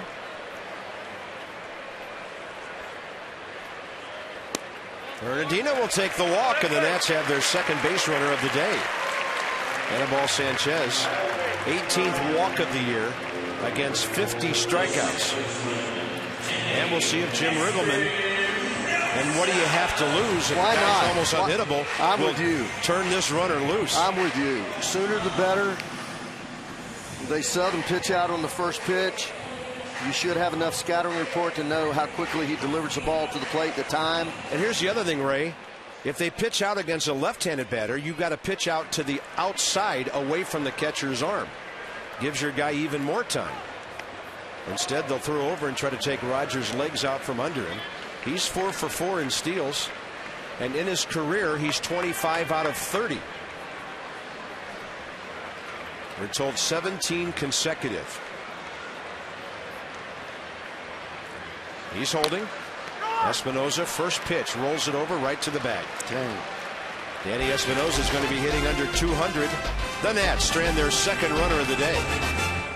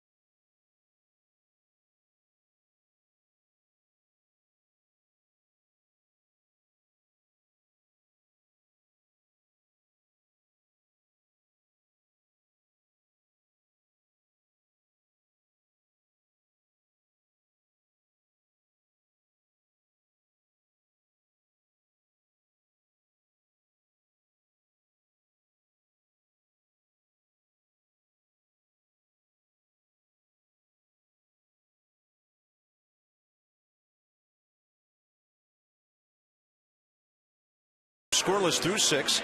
The other one, May 2nd, they beat the Giants 2-0.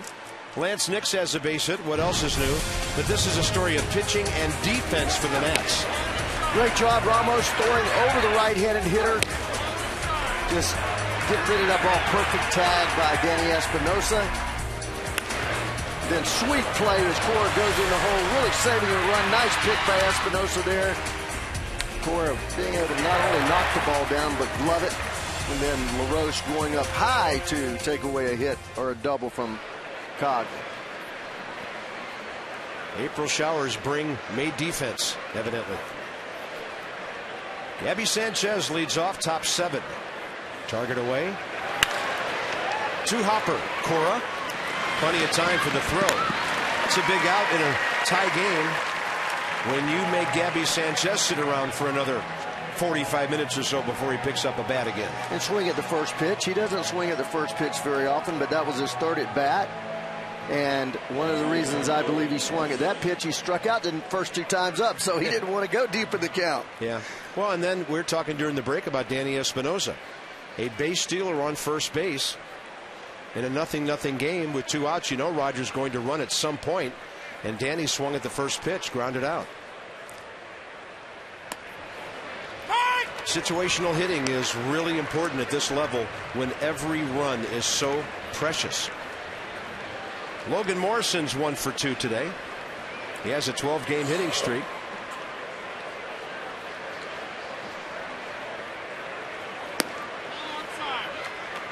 Levan Hernandez is making his 34th career start against Florida. The ERA started the day at 3.73. He's won 13, lost 11. And of course, he won 24 games for the Marlins in his career. Little change up, and that ball goes outside. 2-1.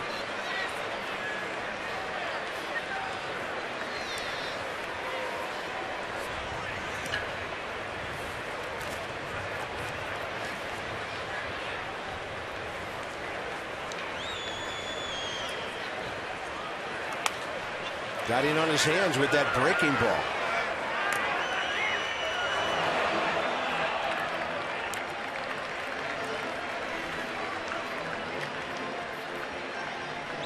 Roger Bernardina playing about as deep as you're going to play in center field. I guess the Nationals are in a no doubles alignment, but he is back there.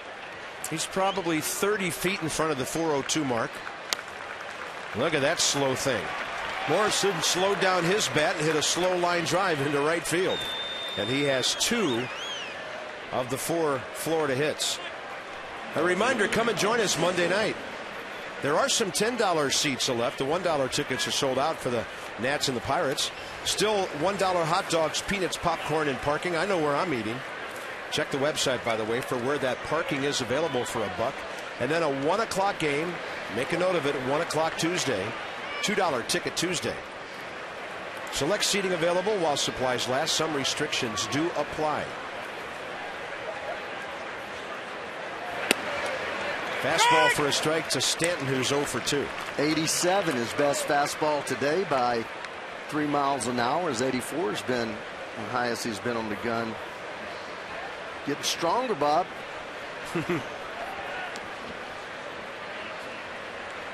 Oh my. 87 to 64 now. That nobody has a 23-mile-an-hour difference between their heater and their changeup. And look at Stanton. Float, float, float. Way out front. Back foot off the ground.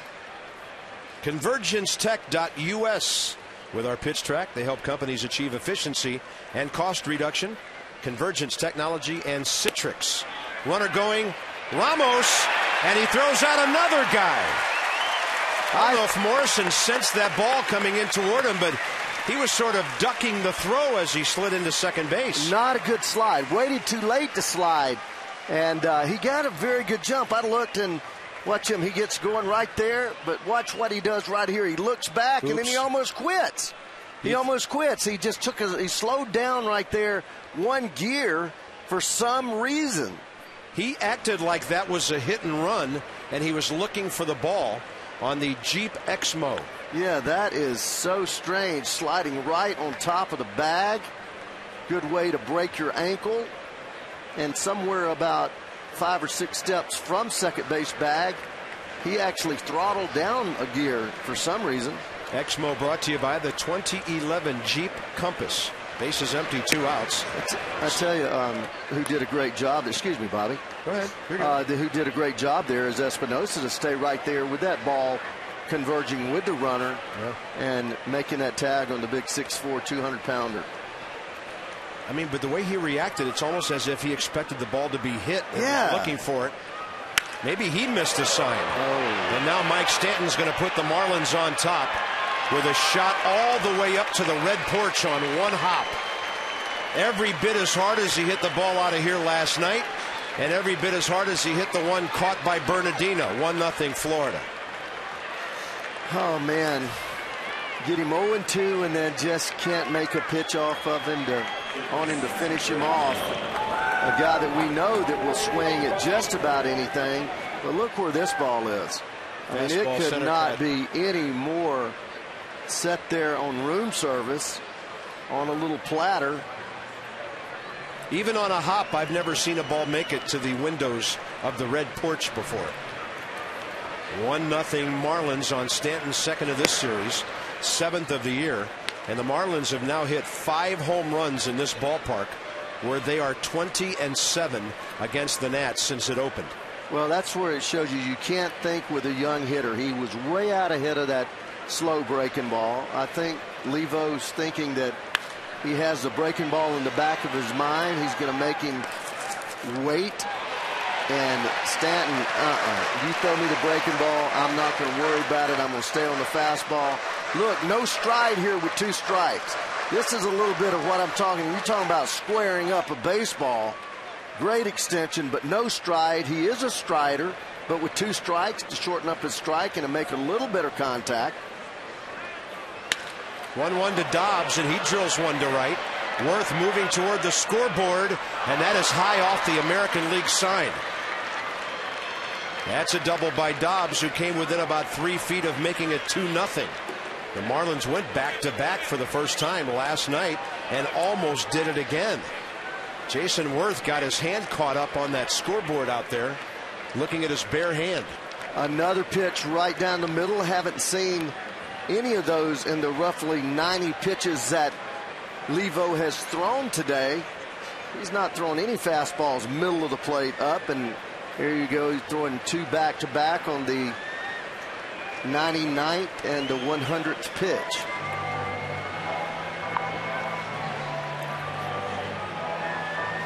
Worth evidently okay. Got his hand hung up in that little fence that's in front of the scoreboard out there. And Jim Riggleman has to buy time for his bullpen now. Boy, the caught stealing becomes big because Morrison was out. Then Stanton homers, Dobbs doubles. It's still a 1-0 game with John Buck coming in and Anibal Sanchez on deck. They will walk Buck and pitch to the pitcher with 1 out.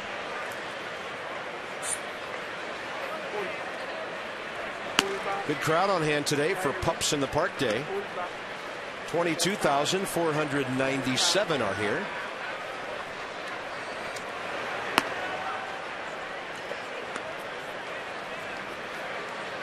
And on 1 hit, the Nats have been shut down by Sanchez, who will now bat with 2 men aboard.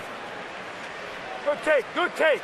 For all the latest Nats news, we call it Masson Mobile Live.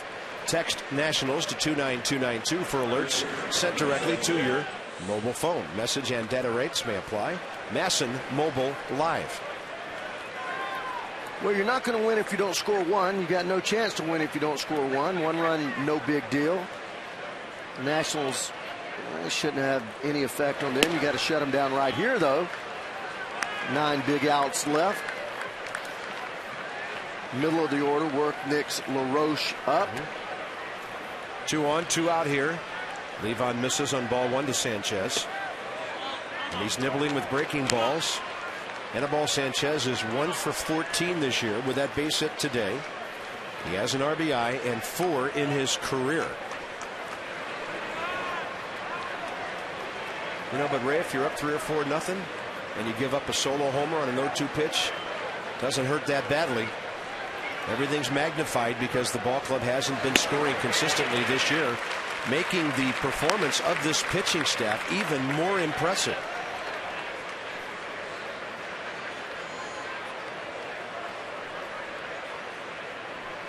If the inning continues, Coughlin. Levon throws a strike, and it's 2-2. Well, you know Levo is not trying to throw the ball down the middle of the plate when he 0-2-1-2. And he's certainly not coming back to throw Dobbs a ball down the middle of the plate. And you just wondered if it is just a point where your legs start to get tired a little bit. And, you know, you've made pitches all day long. Under duress, 0-0 ball game. Only one runner having reached second base in the 5th inning. Morrison with the single until, well, that's it. Only one runner reaching second base until Stanton stepped on it on the home run. Big swing and a miss. Stanton's homer the difference. 7th inning stretch time with Worth, Nix, and LaRoche. 3, 4, and 5 coming up.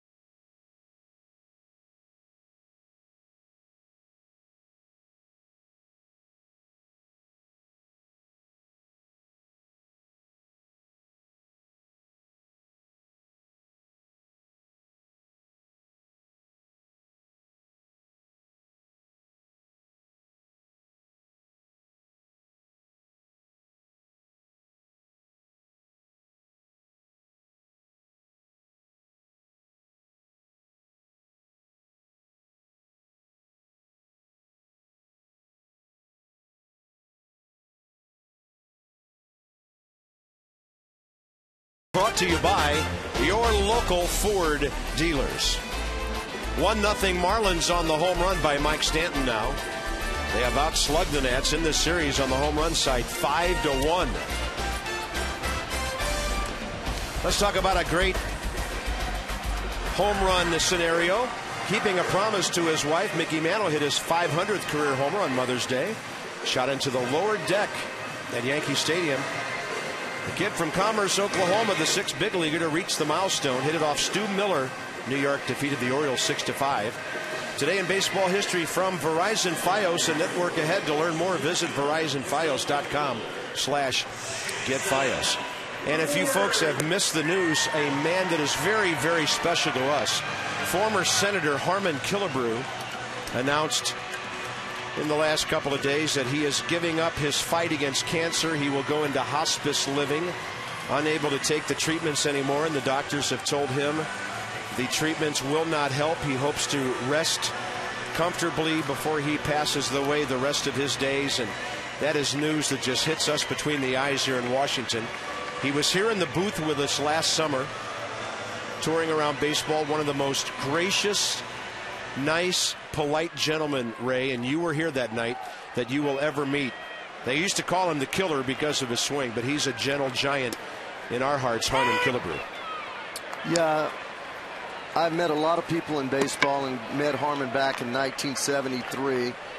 Same every day, just a gracious fellow, strong faith, Bob, and I'm feeling that that's probably why when he found out that this was incurable, that he's at peace with the Lord, and you know, he's just one of those guys, this big, strong, quiet guy, and a guy that you want your son to model yourself after, because some kind of fine gentleman and special baseball player. Lance Nix on deck, and then LaRoche here in the 7th. One more note about Harmon Killebrew. On a personal note, as Worth sets for a 1-2 and fouls it, Harmon Killebrew gave a lot back through the Major League Baseball Players Association with their charity golf tournaments all over the country. He'd go to places like Tulsa, Oklahoma, and Wichita, Kansas, cities that didn't even have major league teams. But if fans let him know that they wanted to see him or have an autograph signed, he was so gracious and so willing, and just a true gentleman and great ambassador for this game. Worth will fly out of play to the right side. We just hope he can have a quality of life that he can enjoy with his wife the rest of his days and be comfortable and know how much he means to all of us. Worth will launch one to the gap in left center. That ball will one hop into the seats for a ground rule double as Jason Worth hits one over the left field wall at about the 390 mark.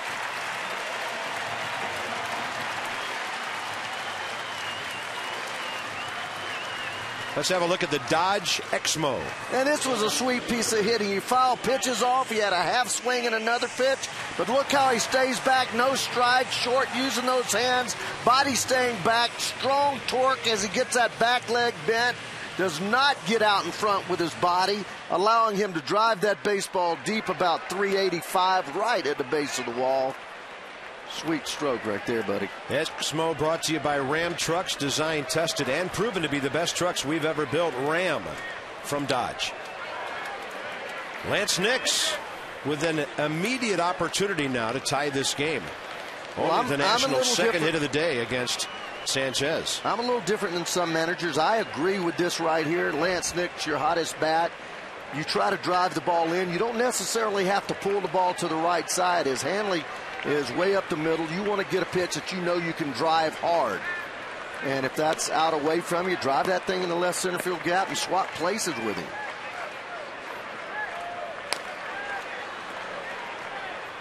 Nix now 0-2. Ryan Webb, who had a scoreless inning here last night, immediately up for the Marlins. Anibal Sanchez, through 6 innings, had only thrown 82 pitches today, 52 of them for strikes. And Lance has made good use of this. 3 of his 5 homers, 12 of his 15 RBIs with runners in scoring position. And this is where you shorten up a little bit and try to make contact. And knowing that, Sanchez tried to bait him with a changeup low and away. Just as the at-bat has progressed, the situation has changed. I said drive him in. Now 2 strikes, make contact any way you can. Get that ball on the ground. The shortstop's behind him. Only one place he can hit the ball to third base and not advance the runner. 1-2 to Lance, who will get time now from Doug Eddings. 1-0 Marlins, bottom of the 7th. Doug Slayton joined by Henry Rodriguez.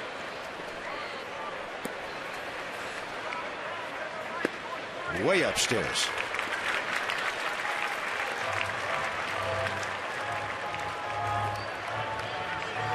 You just wonder if Drew Storen, 2 innings last night, isn't available, and they could be saving Clippard for later, and that's why those 2 are warming up in a tight ball game in the 7th.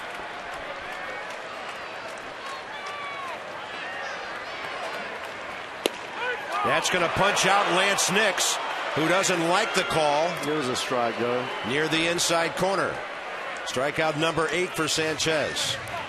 If it's not a strike, it's certainly too close to take with 2 strikes. And there it is, right on the edge of the plate. Perfect pitch in a tough situation. That's where Anibal reaches back and just makes a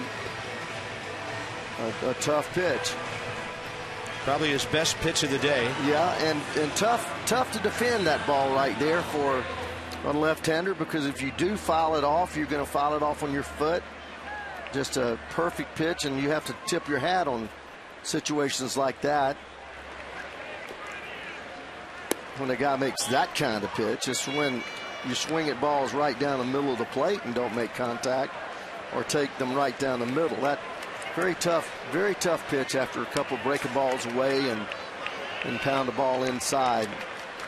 I've always felt that inside pitch is the most effective pitch to get a hitter set up to be able to come back in there later on in the count after going to breaking balls or soft stuff away. And LaRoche will hit one right on the ground, right at Infante. 2 outs. Over to third Worth. That'll bring up Ramos. Let's look at our league leaders from Hollywood Casino Charlestown races. Without a blown save, Leo Nunez is perfect. Got his 13th here last night. The former Nat, Joel Hanrahan, having a great year for the Pirates, who, by the way, are only 3.5 out of first place in the Central. And then Drew and J.J. Putz of Arizona. Action-packed table games, red-hot slots. Hollywood Casino Charlestown races, West Virginia. Ramos, they play him around to the right in the outfield. Ball 1 low and away. Worth getting a big lead over there as Dobbs way off the bag, starting to sneak in just a little bit. But as you've mentioned so many times, Bob, in telecasts that I've worked with you and listened to, you've got to get as much as that third baseman allows you, because you never know when there's going to be a short pass ball. It gets out there about 12, 14 feet from that catcher, and you can beat that pitcher home. And in this ballpark, a ball can bang off that limestone and come right back to the catcher, too. And if you don't have a really good lead, you may not make it. Huge time for Wilson Ramos, who is 4 for his last 34. Sitting on 7 RBIs for quite a while. That is beyond Worth. Hanging breaking ball that he just got a little out in front of. Spun off the ball a little bit and made his bat angle created. He created his bat angle too much toward the dugout, so that was a nice pitch to hit there. 2-1 the count. Ramos will take it outside.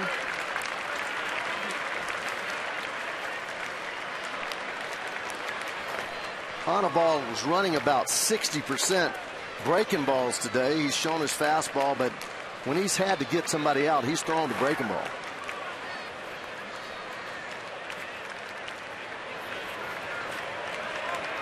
Well, figures if the third baseman's not close, I'll hold him. Sanchez with a step off. That wouldn't indicate he's about ready to throw a breaking ball, would it?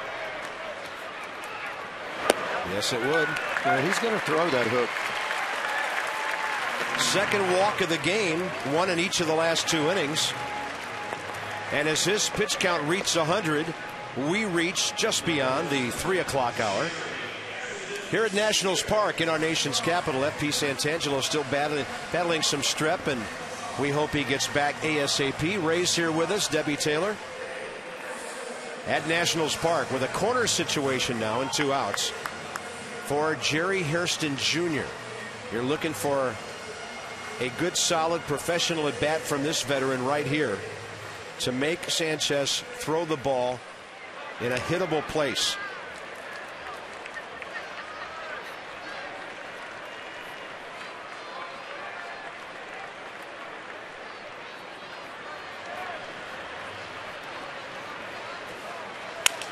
And he breaks his bat on the first pitch. Nationals lead 2. They've stranded 4. On to the 8th. 1-0 Florida.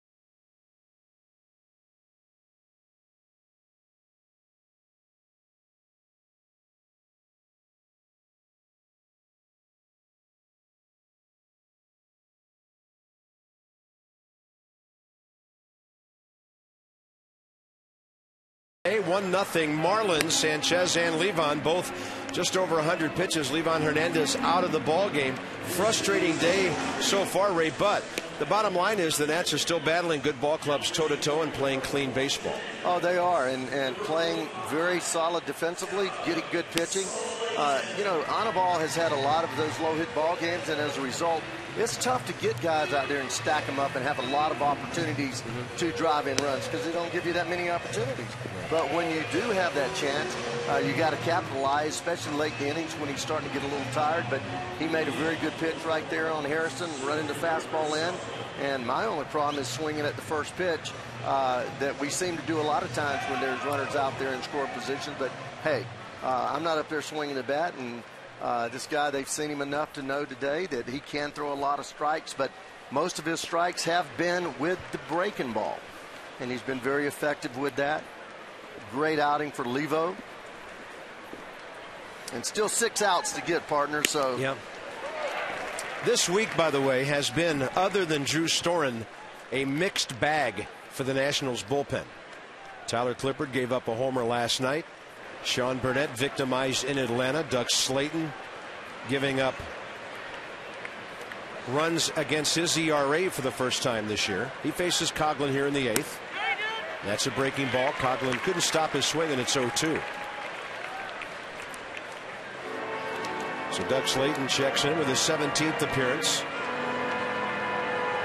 2 ERA after being charged with a couple of runs in Atlanta. Coghlan, Infante, and Ramirez for the Fish, top 8.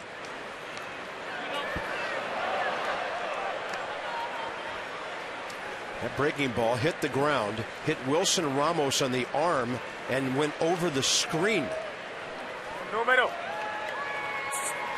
And mid-80s breaking balls don't feel too good on a catcher either.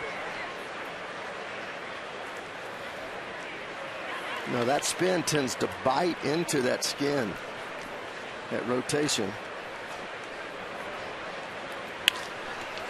Ball hit right at Hairston. Wide throw, and LaRoche has to really stretch to grab it for the first down.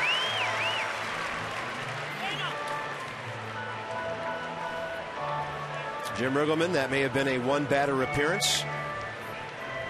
He had Slayton and Henry Rodriguez warming up. And so Slayton does his job in a situational at-bat against Coghlan. 1-0, 8th inning.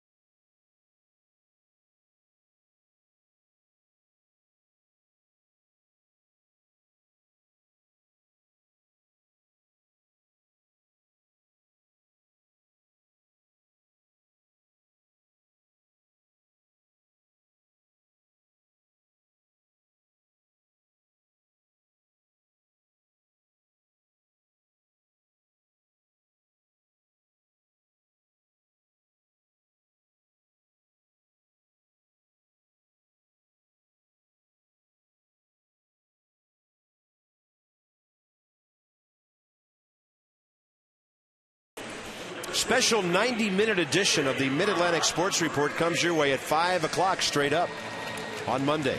Live interviews, batting practice look-ins, roundtable, and lots more from Tom Davis, Phil Wood, Dave Johnson, and Mel Antonin. Maximum access to the Nats.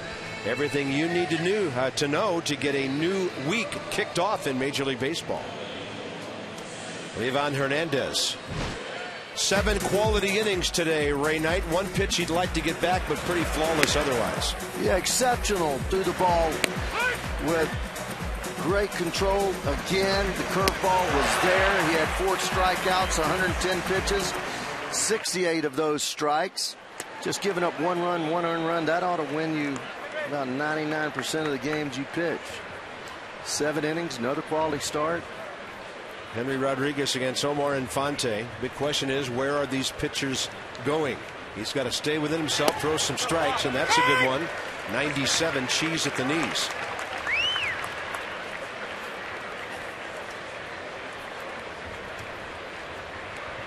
Rodriguez pitched the 8th inning in Florida Sunday. Walked 2, struck out 2. And put a scare into a couple of hitters. He's just real jerky. You know, right at the end of his delivery, he starts off nice and smooth, gets over the mound, compact, makes his stride, doesn't overstride, but then right at the end, it's like he throws everything. His knees, hips, shoulders.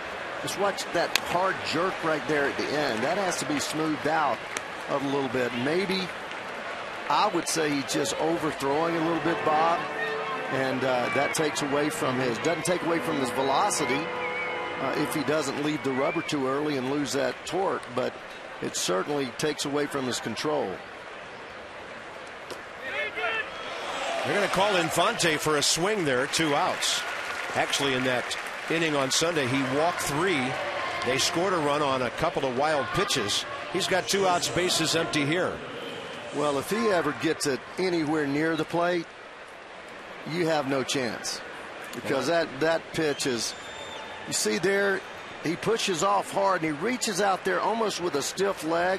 Then he gets there and he's stiff-legged, and that causes him to come way over the top and jerk.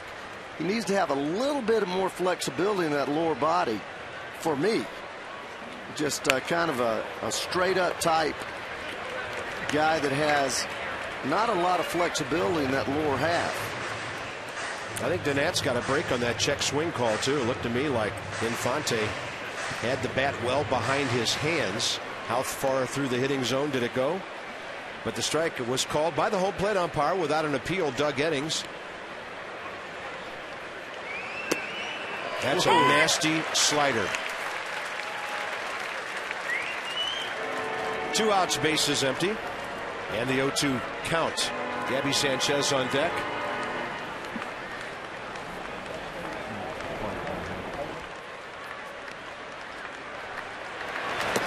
And Hanley Ramirez is gone. Inning over. So Rodriguez comes in, one of his better outings, strikes out 2 quality major league hitters. Number 8 coming up, Cora for the Nats.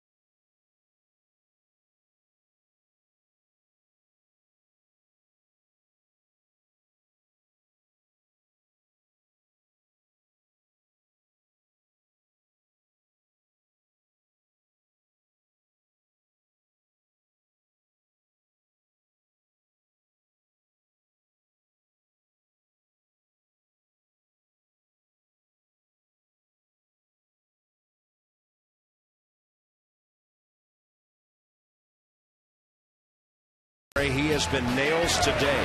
Well, he has. There's a little slider down. He comes back with a fastball away to work.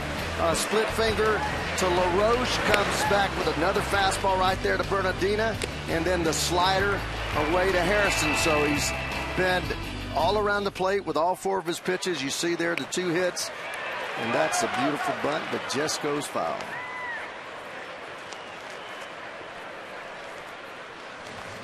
Matt Stairs to hit next here for Rodriguez in the bottom of the 8th. Nationals a little short on the bench today. Ian Desmond has a left quad from last night. Did not start today, although Jim Riggleman did say he felt better today than he did last night. And Ryan Webb is back up for the Marlins in case they need him to set things up for Leo Nunez. That bouncer will back up Sanchez. Gabby to Anibal, who continues to dominate the Washington lineup. Wow. Cole Kimball. Drew Storen is there, but probably won't throw in earnest until the Nats at least get a guy or 2 on base and show signs of being able to score. Nationals, Harrison hit a line drive to third. Nix hit the little blooper. Worth hit the ball off the wall. That's the only 3 balls that there's been. Nix's wasn't great contact, but there just haven't been that many balls hit hard. Maybe 4. Sanchez, Ray, 14 in the 3rd innings now against the Nats. Last 2 starts, 4 hits, no runs. Well, that's a combination of stuff, fastball, curveball, changeup, and ability to throw the ball to the corners of the plate. So after you see a guy that much, this quick, there ought to be something that he has in his repertoire that you can sit on and do something with. But the hitters are not able to make that adjustment. So that just tells me that when he's right and he's healthy, he's one of the best pitchers in the league. And that's indicated by all the low hit games he's had in the last month and a half. Oh, he's going to strike out Stairs looking on a soft breaking ball on 0-2. And Matt Stairs doesn't like that call. Matt only stands 5'9". He thought this pitch was high.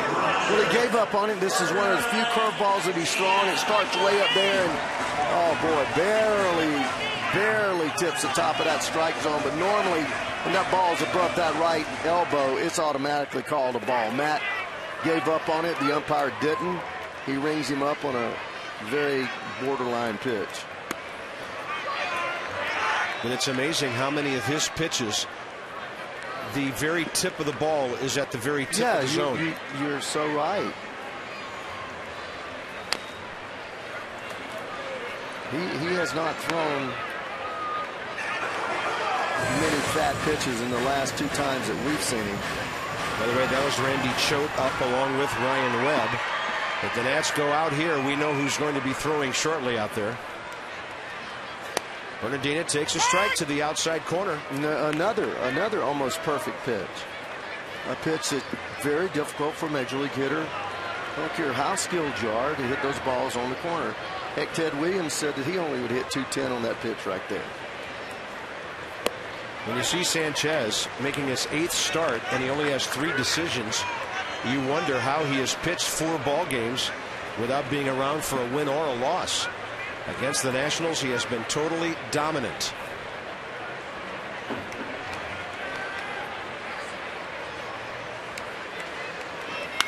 Bernardina lifting one to right that'll drop in. And Rogers on base for the 2nd time today. Now this is a situation that repeats what happened in the 6th when Bernardina walked with 2 outs. You just have to give Bernardina a chance to get to second base here. Yeah, fastball in. You see him choking up there. I like it. I'm going to applaud for him. Choking up with 2 strikes, a guy that has been able to strike a lot of people out, knowing that you can use that barrel of the bat and have a little bit better bat control. Pulls his hands in and gets enough of the ball to get it over the infield. Now, Danny Espinosa might hit a home run on the first pitch, and everybody will love it. That'd be great. But if that doesn't happen, you've got to give Roger Bernardina at least a chance to advance here, unlike the 6th inning. He's holding ball 1. On that at bat, Sanchez threw to first to check Bernardina, and then he busted Danny inside, and he grounded out unassisted to first base Gabby Sanchez. Well, he's got another pitch to work with here. One ball. Just think take. Just think take. You know, another thing though, Bob, when you have guys that are striking out a lot, it becomes almost a fear to take a pitch because they think that I've got to make contact early in the count. And until you have confidence that you can take a pitch, and better still hit with 2 strikes, it's a constant battle up there.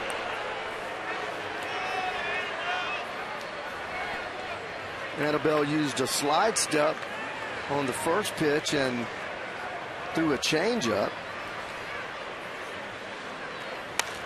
Espinosa pops it up. Came into that at bat hitting 200. Hanley Ramirez makes the call, and the Nats are gone. Marlins get 8 outstanding innings out of Anibal Sanchez today.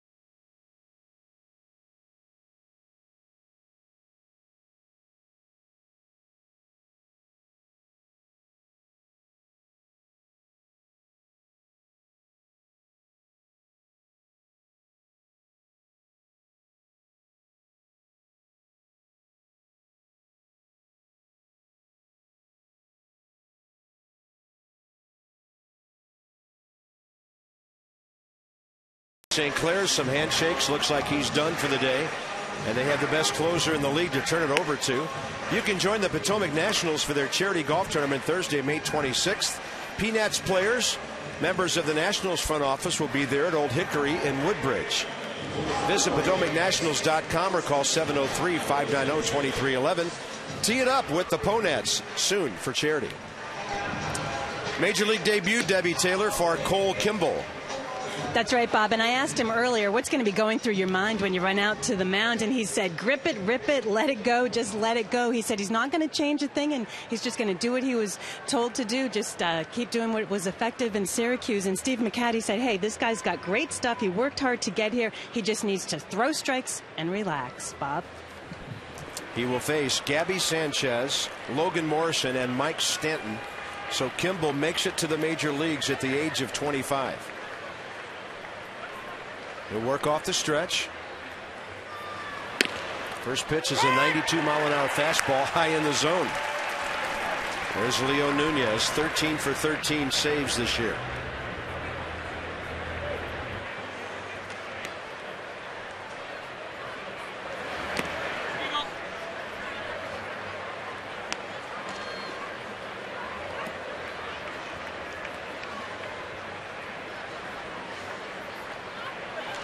Sanchez giving the Nats only 3 hits, striking out 9, walking 2. Kimball gets a check swing there. 1 ball and 2 strikes. Well, it's easy for Kimball to come out there and say that he's not going to change a thing, but that adrenaline just has a way of changing things for you. And in a situation like this, you can bet his heart's beating about 160. Wow. Yes, sir. Was that the splitter we heard about? It was. It looked like it, Ray, because it seemed to be diving down and into the right-handed batter. Well, it was unhittable, and it was a splitter. You saw him dig into his glove. A good 8 sit there. setting it up. Just nasty rotation. A little bit like the Bruce Sutter action. And when you talk about Bruce Sutter action, you're talking about not being able to see the rotation. Looks like a fastball, comes in like a lead ball dropping off of a table. Logan Morrison takes a fastball up and away. That was filthy. One of the most impressive first at-bats by a pitcher you'll ever see against an opposing quality big league hitter in Gabby Sanchez.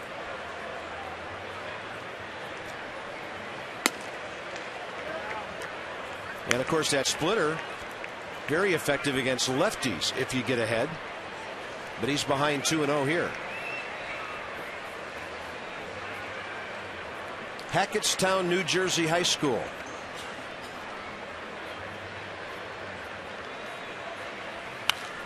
And then he went to Centenary College in New Jersey. It'll be Jason Marquis tomorrow against Javier Vazquez. Will the Nats be looking for a series win or a salvage operation? Ninth inning will tell the tale here. 1-0 Marlins. 1:35 first pitch. Nats extra at 1 o'clock tomorrow. Kimball goes with a hard breaking ball and misses. 3-1.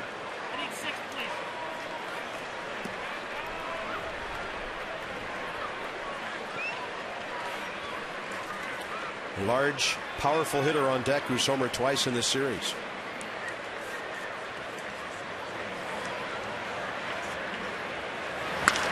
Kimball gives up a line drive right at Danny Espinosa. 2 outs.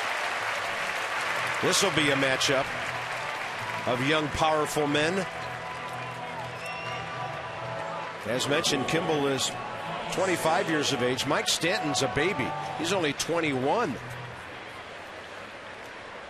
Marlins second rounder back in 07. Out of Notre Dame High School in California. Offered a scholarship to USC. Signed instead with Florida. That looked like a split under his bat.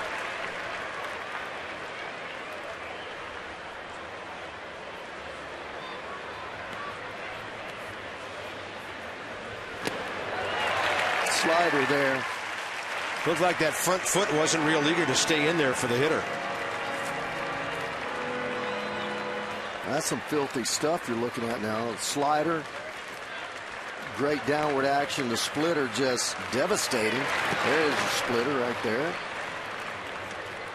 And his fastball, he's been able to drive it right through the strike zone when he's down in the count.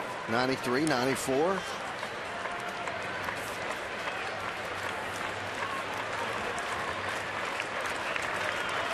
Well, Davey Johnson knows a little bit about pitching. If he says this guy possesses that little bit extra special something, then I like him just on that recommendation. Base is empty, 2 outs.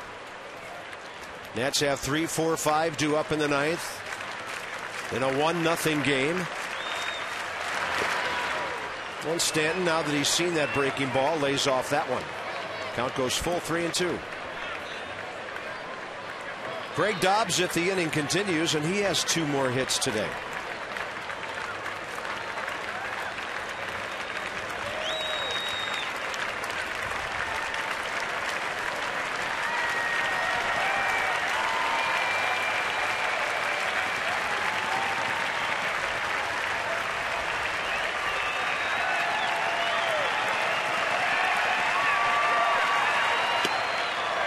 And he's not fooled by that pitch. Stanton with our fourth drive of the game 2 innings ago off Livan Hernandez. Well, fastball down the middle. 1-2 pitch, and this kid's going to end up hitting a whole lot of home runs if he stays healthy and doesn't get into any trouble. Just 21 years old. They're projecting to hit around 40 this year. He's already had 7 with about a fifth of the season gone.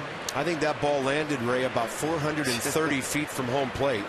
Then it took 1 hop and hit the red porch windows. Never seen a ball up there before, even on a bounce. That's a strike to Greg Dobbs, who's 2 for 3 today. And in a part-time role for the Marlins, now batting .360.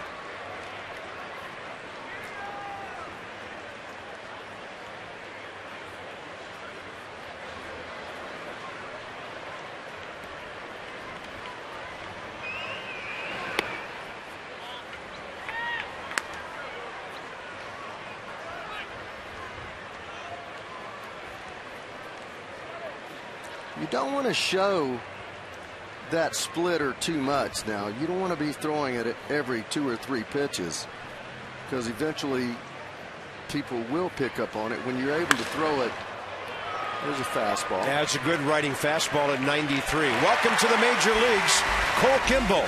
He has set it up for Worth, Nix, and LaRoche with the bottom of the 9th inning coming up.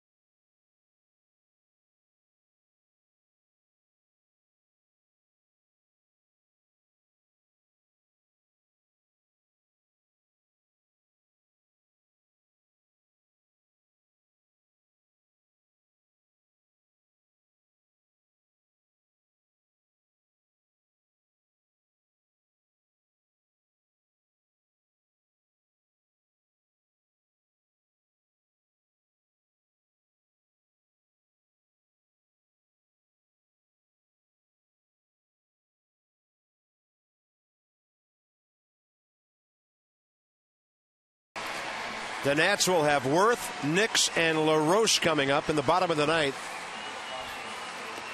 You know who's getting the call for the Florida Marlins here. That'll be their closer. And that is Leo Nunez, who's 13 for 13.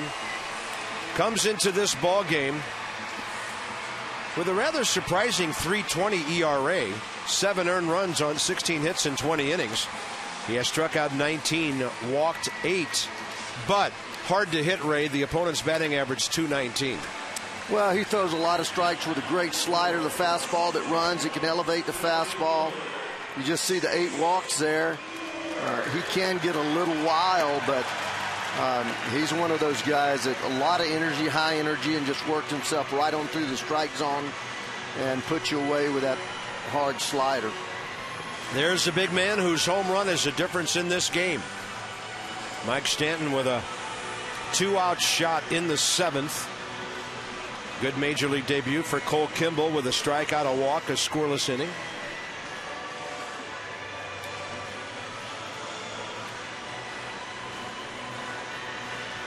Jason Worth is 1 for 3 with a double. Lance Nix 1 for 3 with a single. Adam LaRoche 0 for 3. Nunez goes off a windup from the third base side of the rubber, and he gets a call that Jason Worth cannot believe. Gosh. Doug Eddings calling a strike on a pitch that was real close to Worth's hands. That changes the at-bat.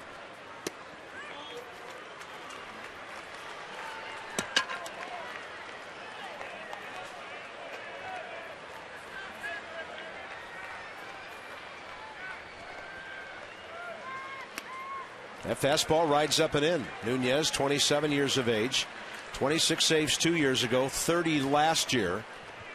Came over from Kansas City and blossomed as a closer with the Marlins. He never had one save in the American League. Because he was all over the place. I remember him as a young guy that he threw so many balls. Everybody would rave about his stuff, his velocity, the kind of the gunslinger type release point that he has. Well, it's a good thing that first pitch didn't ruin the at-bat. I'm not sure he threw one strike in those 5 offerings to Jason Worth. And Jason's aboard with 1 out. Lance Nix is not the kind of guy you would usually have up there sacrificing. You're not in that part of the order right now with LaRoche coming up next. Not with the hole open at first base and Lance being able to pull the ball. You remember the big double that he hit over first base, bouncing it. He's going to be able to get to this fastball, especially if it's down. Worth diving back in. This is where the base runner has to be aggressive but conservative. Yeah, you want to be ready to be moving, but you cannot get picked off first. Right, and you got nobody out. You know, meat of your order up. Left-handed hitter against right-handed pitcher, so you don't have to go too early in the count. You just stay there. That's a change-up. Drops it off there on the outside part, but you just learn as much about the pitcher as you can. And you know, now if you have 2 outs, a little different deal. You want to try to get the runner down there in scoring position, but with nobody out, just get a one-way lead and make sure you don't get doubled off. Lance Nix takes a big swing and fouls it back 0-2.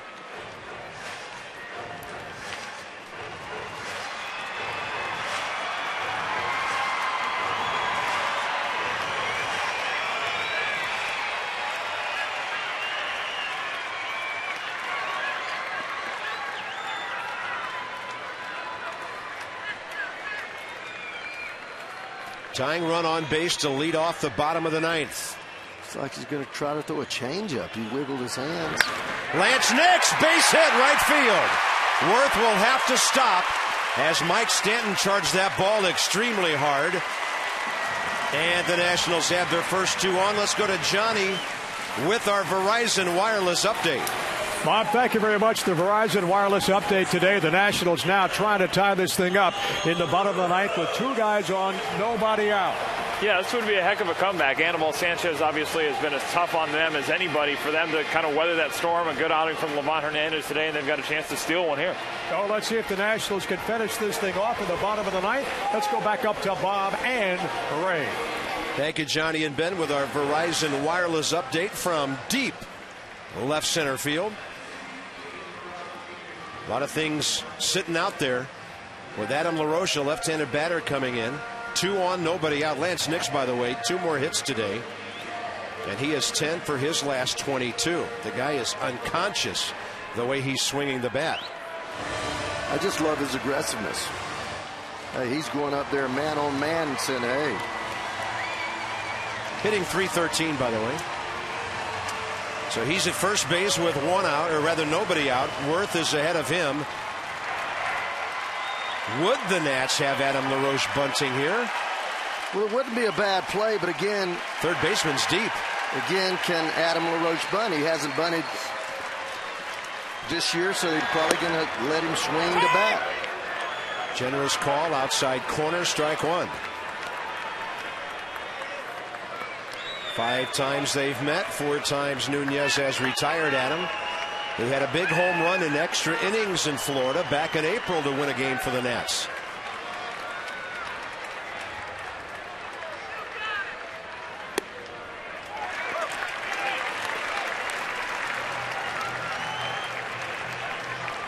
Worth walked. Nick singled.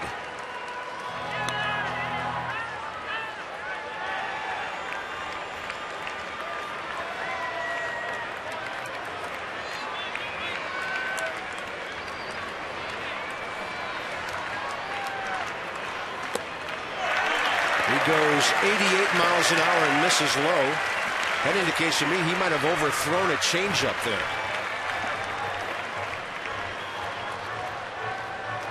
LaRoche 0 for 3 today with a strikeout, a pop-up, and a grounder.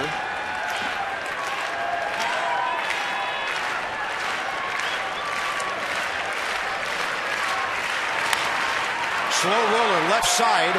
Dobbs to the second baseman for 1. LaRoche beats the relay, and a good job by Lance Nix of going after Omar Infante. That was all Lance Nix right there, ladies and gentlemen. You just watch how hard he gets down there. Ball nubbed off the end of the bat. Great job here by Dobbs giving the ball up. There's Lance Nix hitting him, taking a little bit off the throw, off balance. And that's the way you play baseball right there. Look at him catch him with that right arm and hook him behind that knee. Nice job. Brian Bixler will be the pinch runner at first base for Adam LaRoche, and that's really important. If you need somebody to take out a guy at second base, should Ramos hit it on the ground.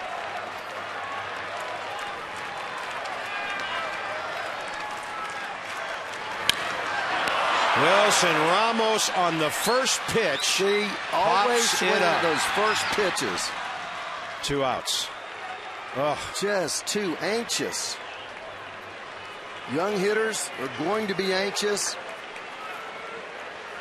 Ball down in the strike zone. You want to look at the ball for the ball up and out over the plate so you can get the ball to the center of the field. Get a fly ball. Just anxious. Wilson Ramos 0 for 3 today and 4 for his last 35. But I tell you what, Bob, with experience, those things will go away and you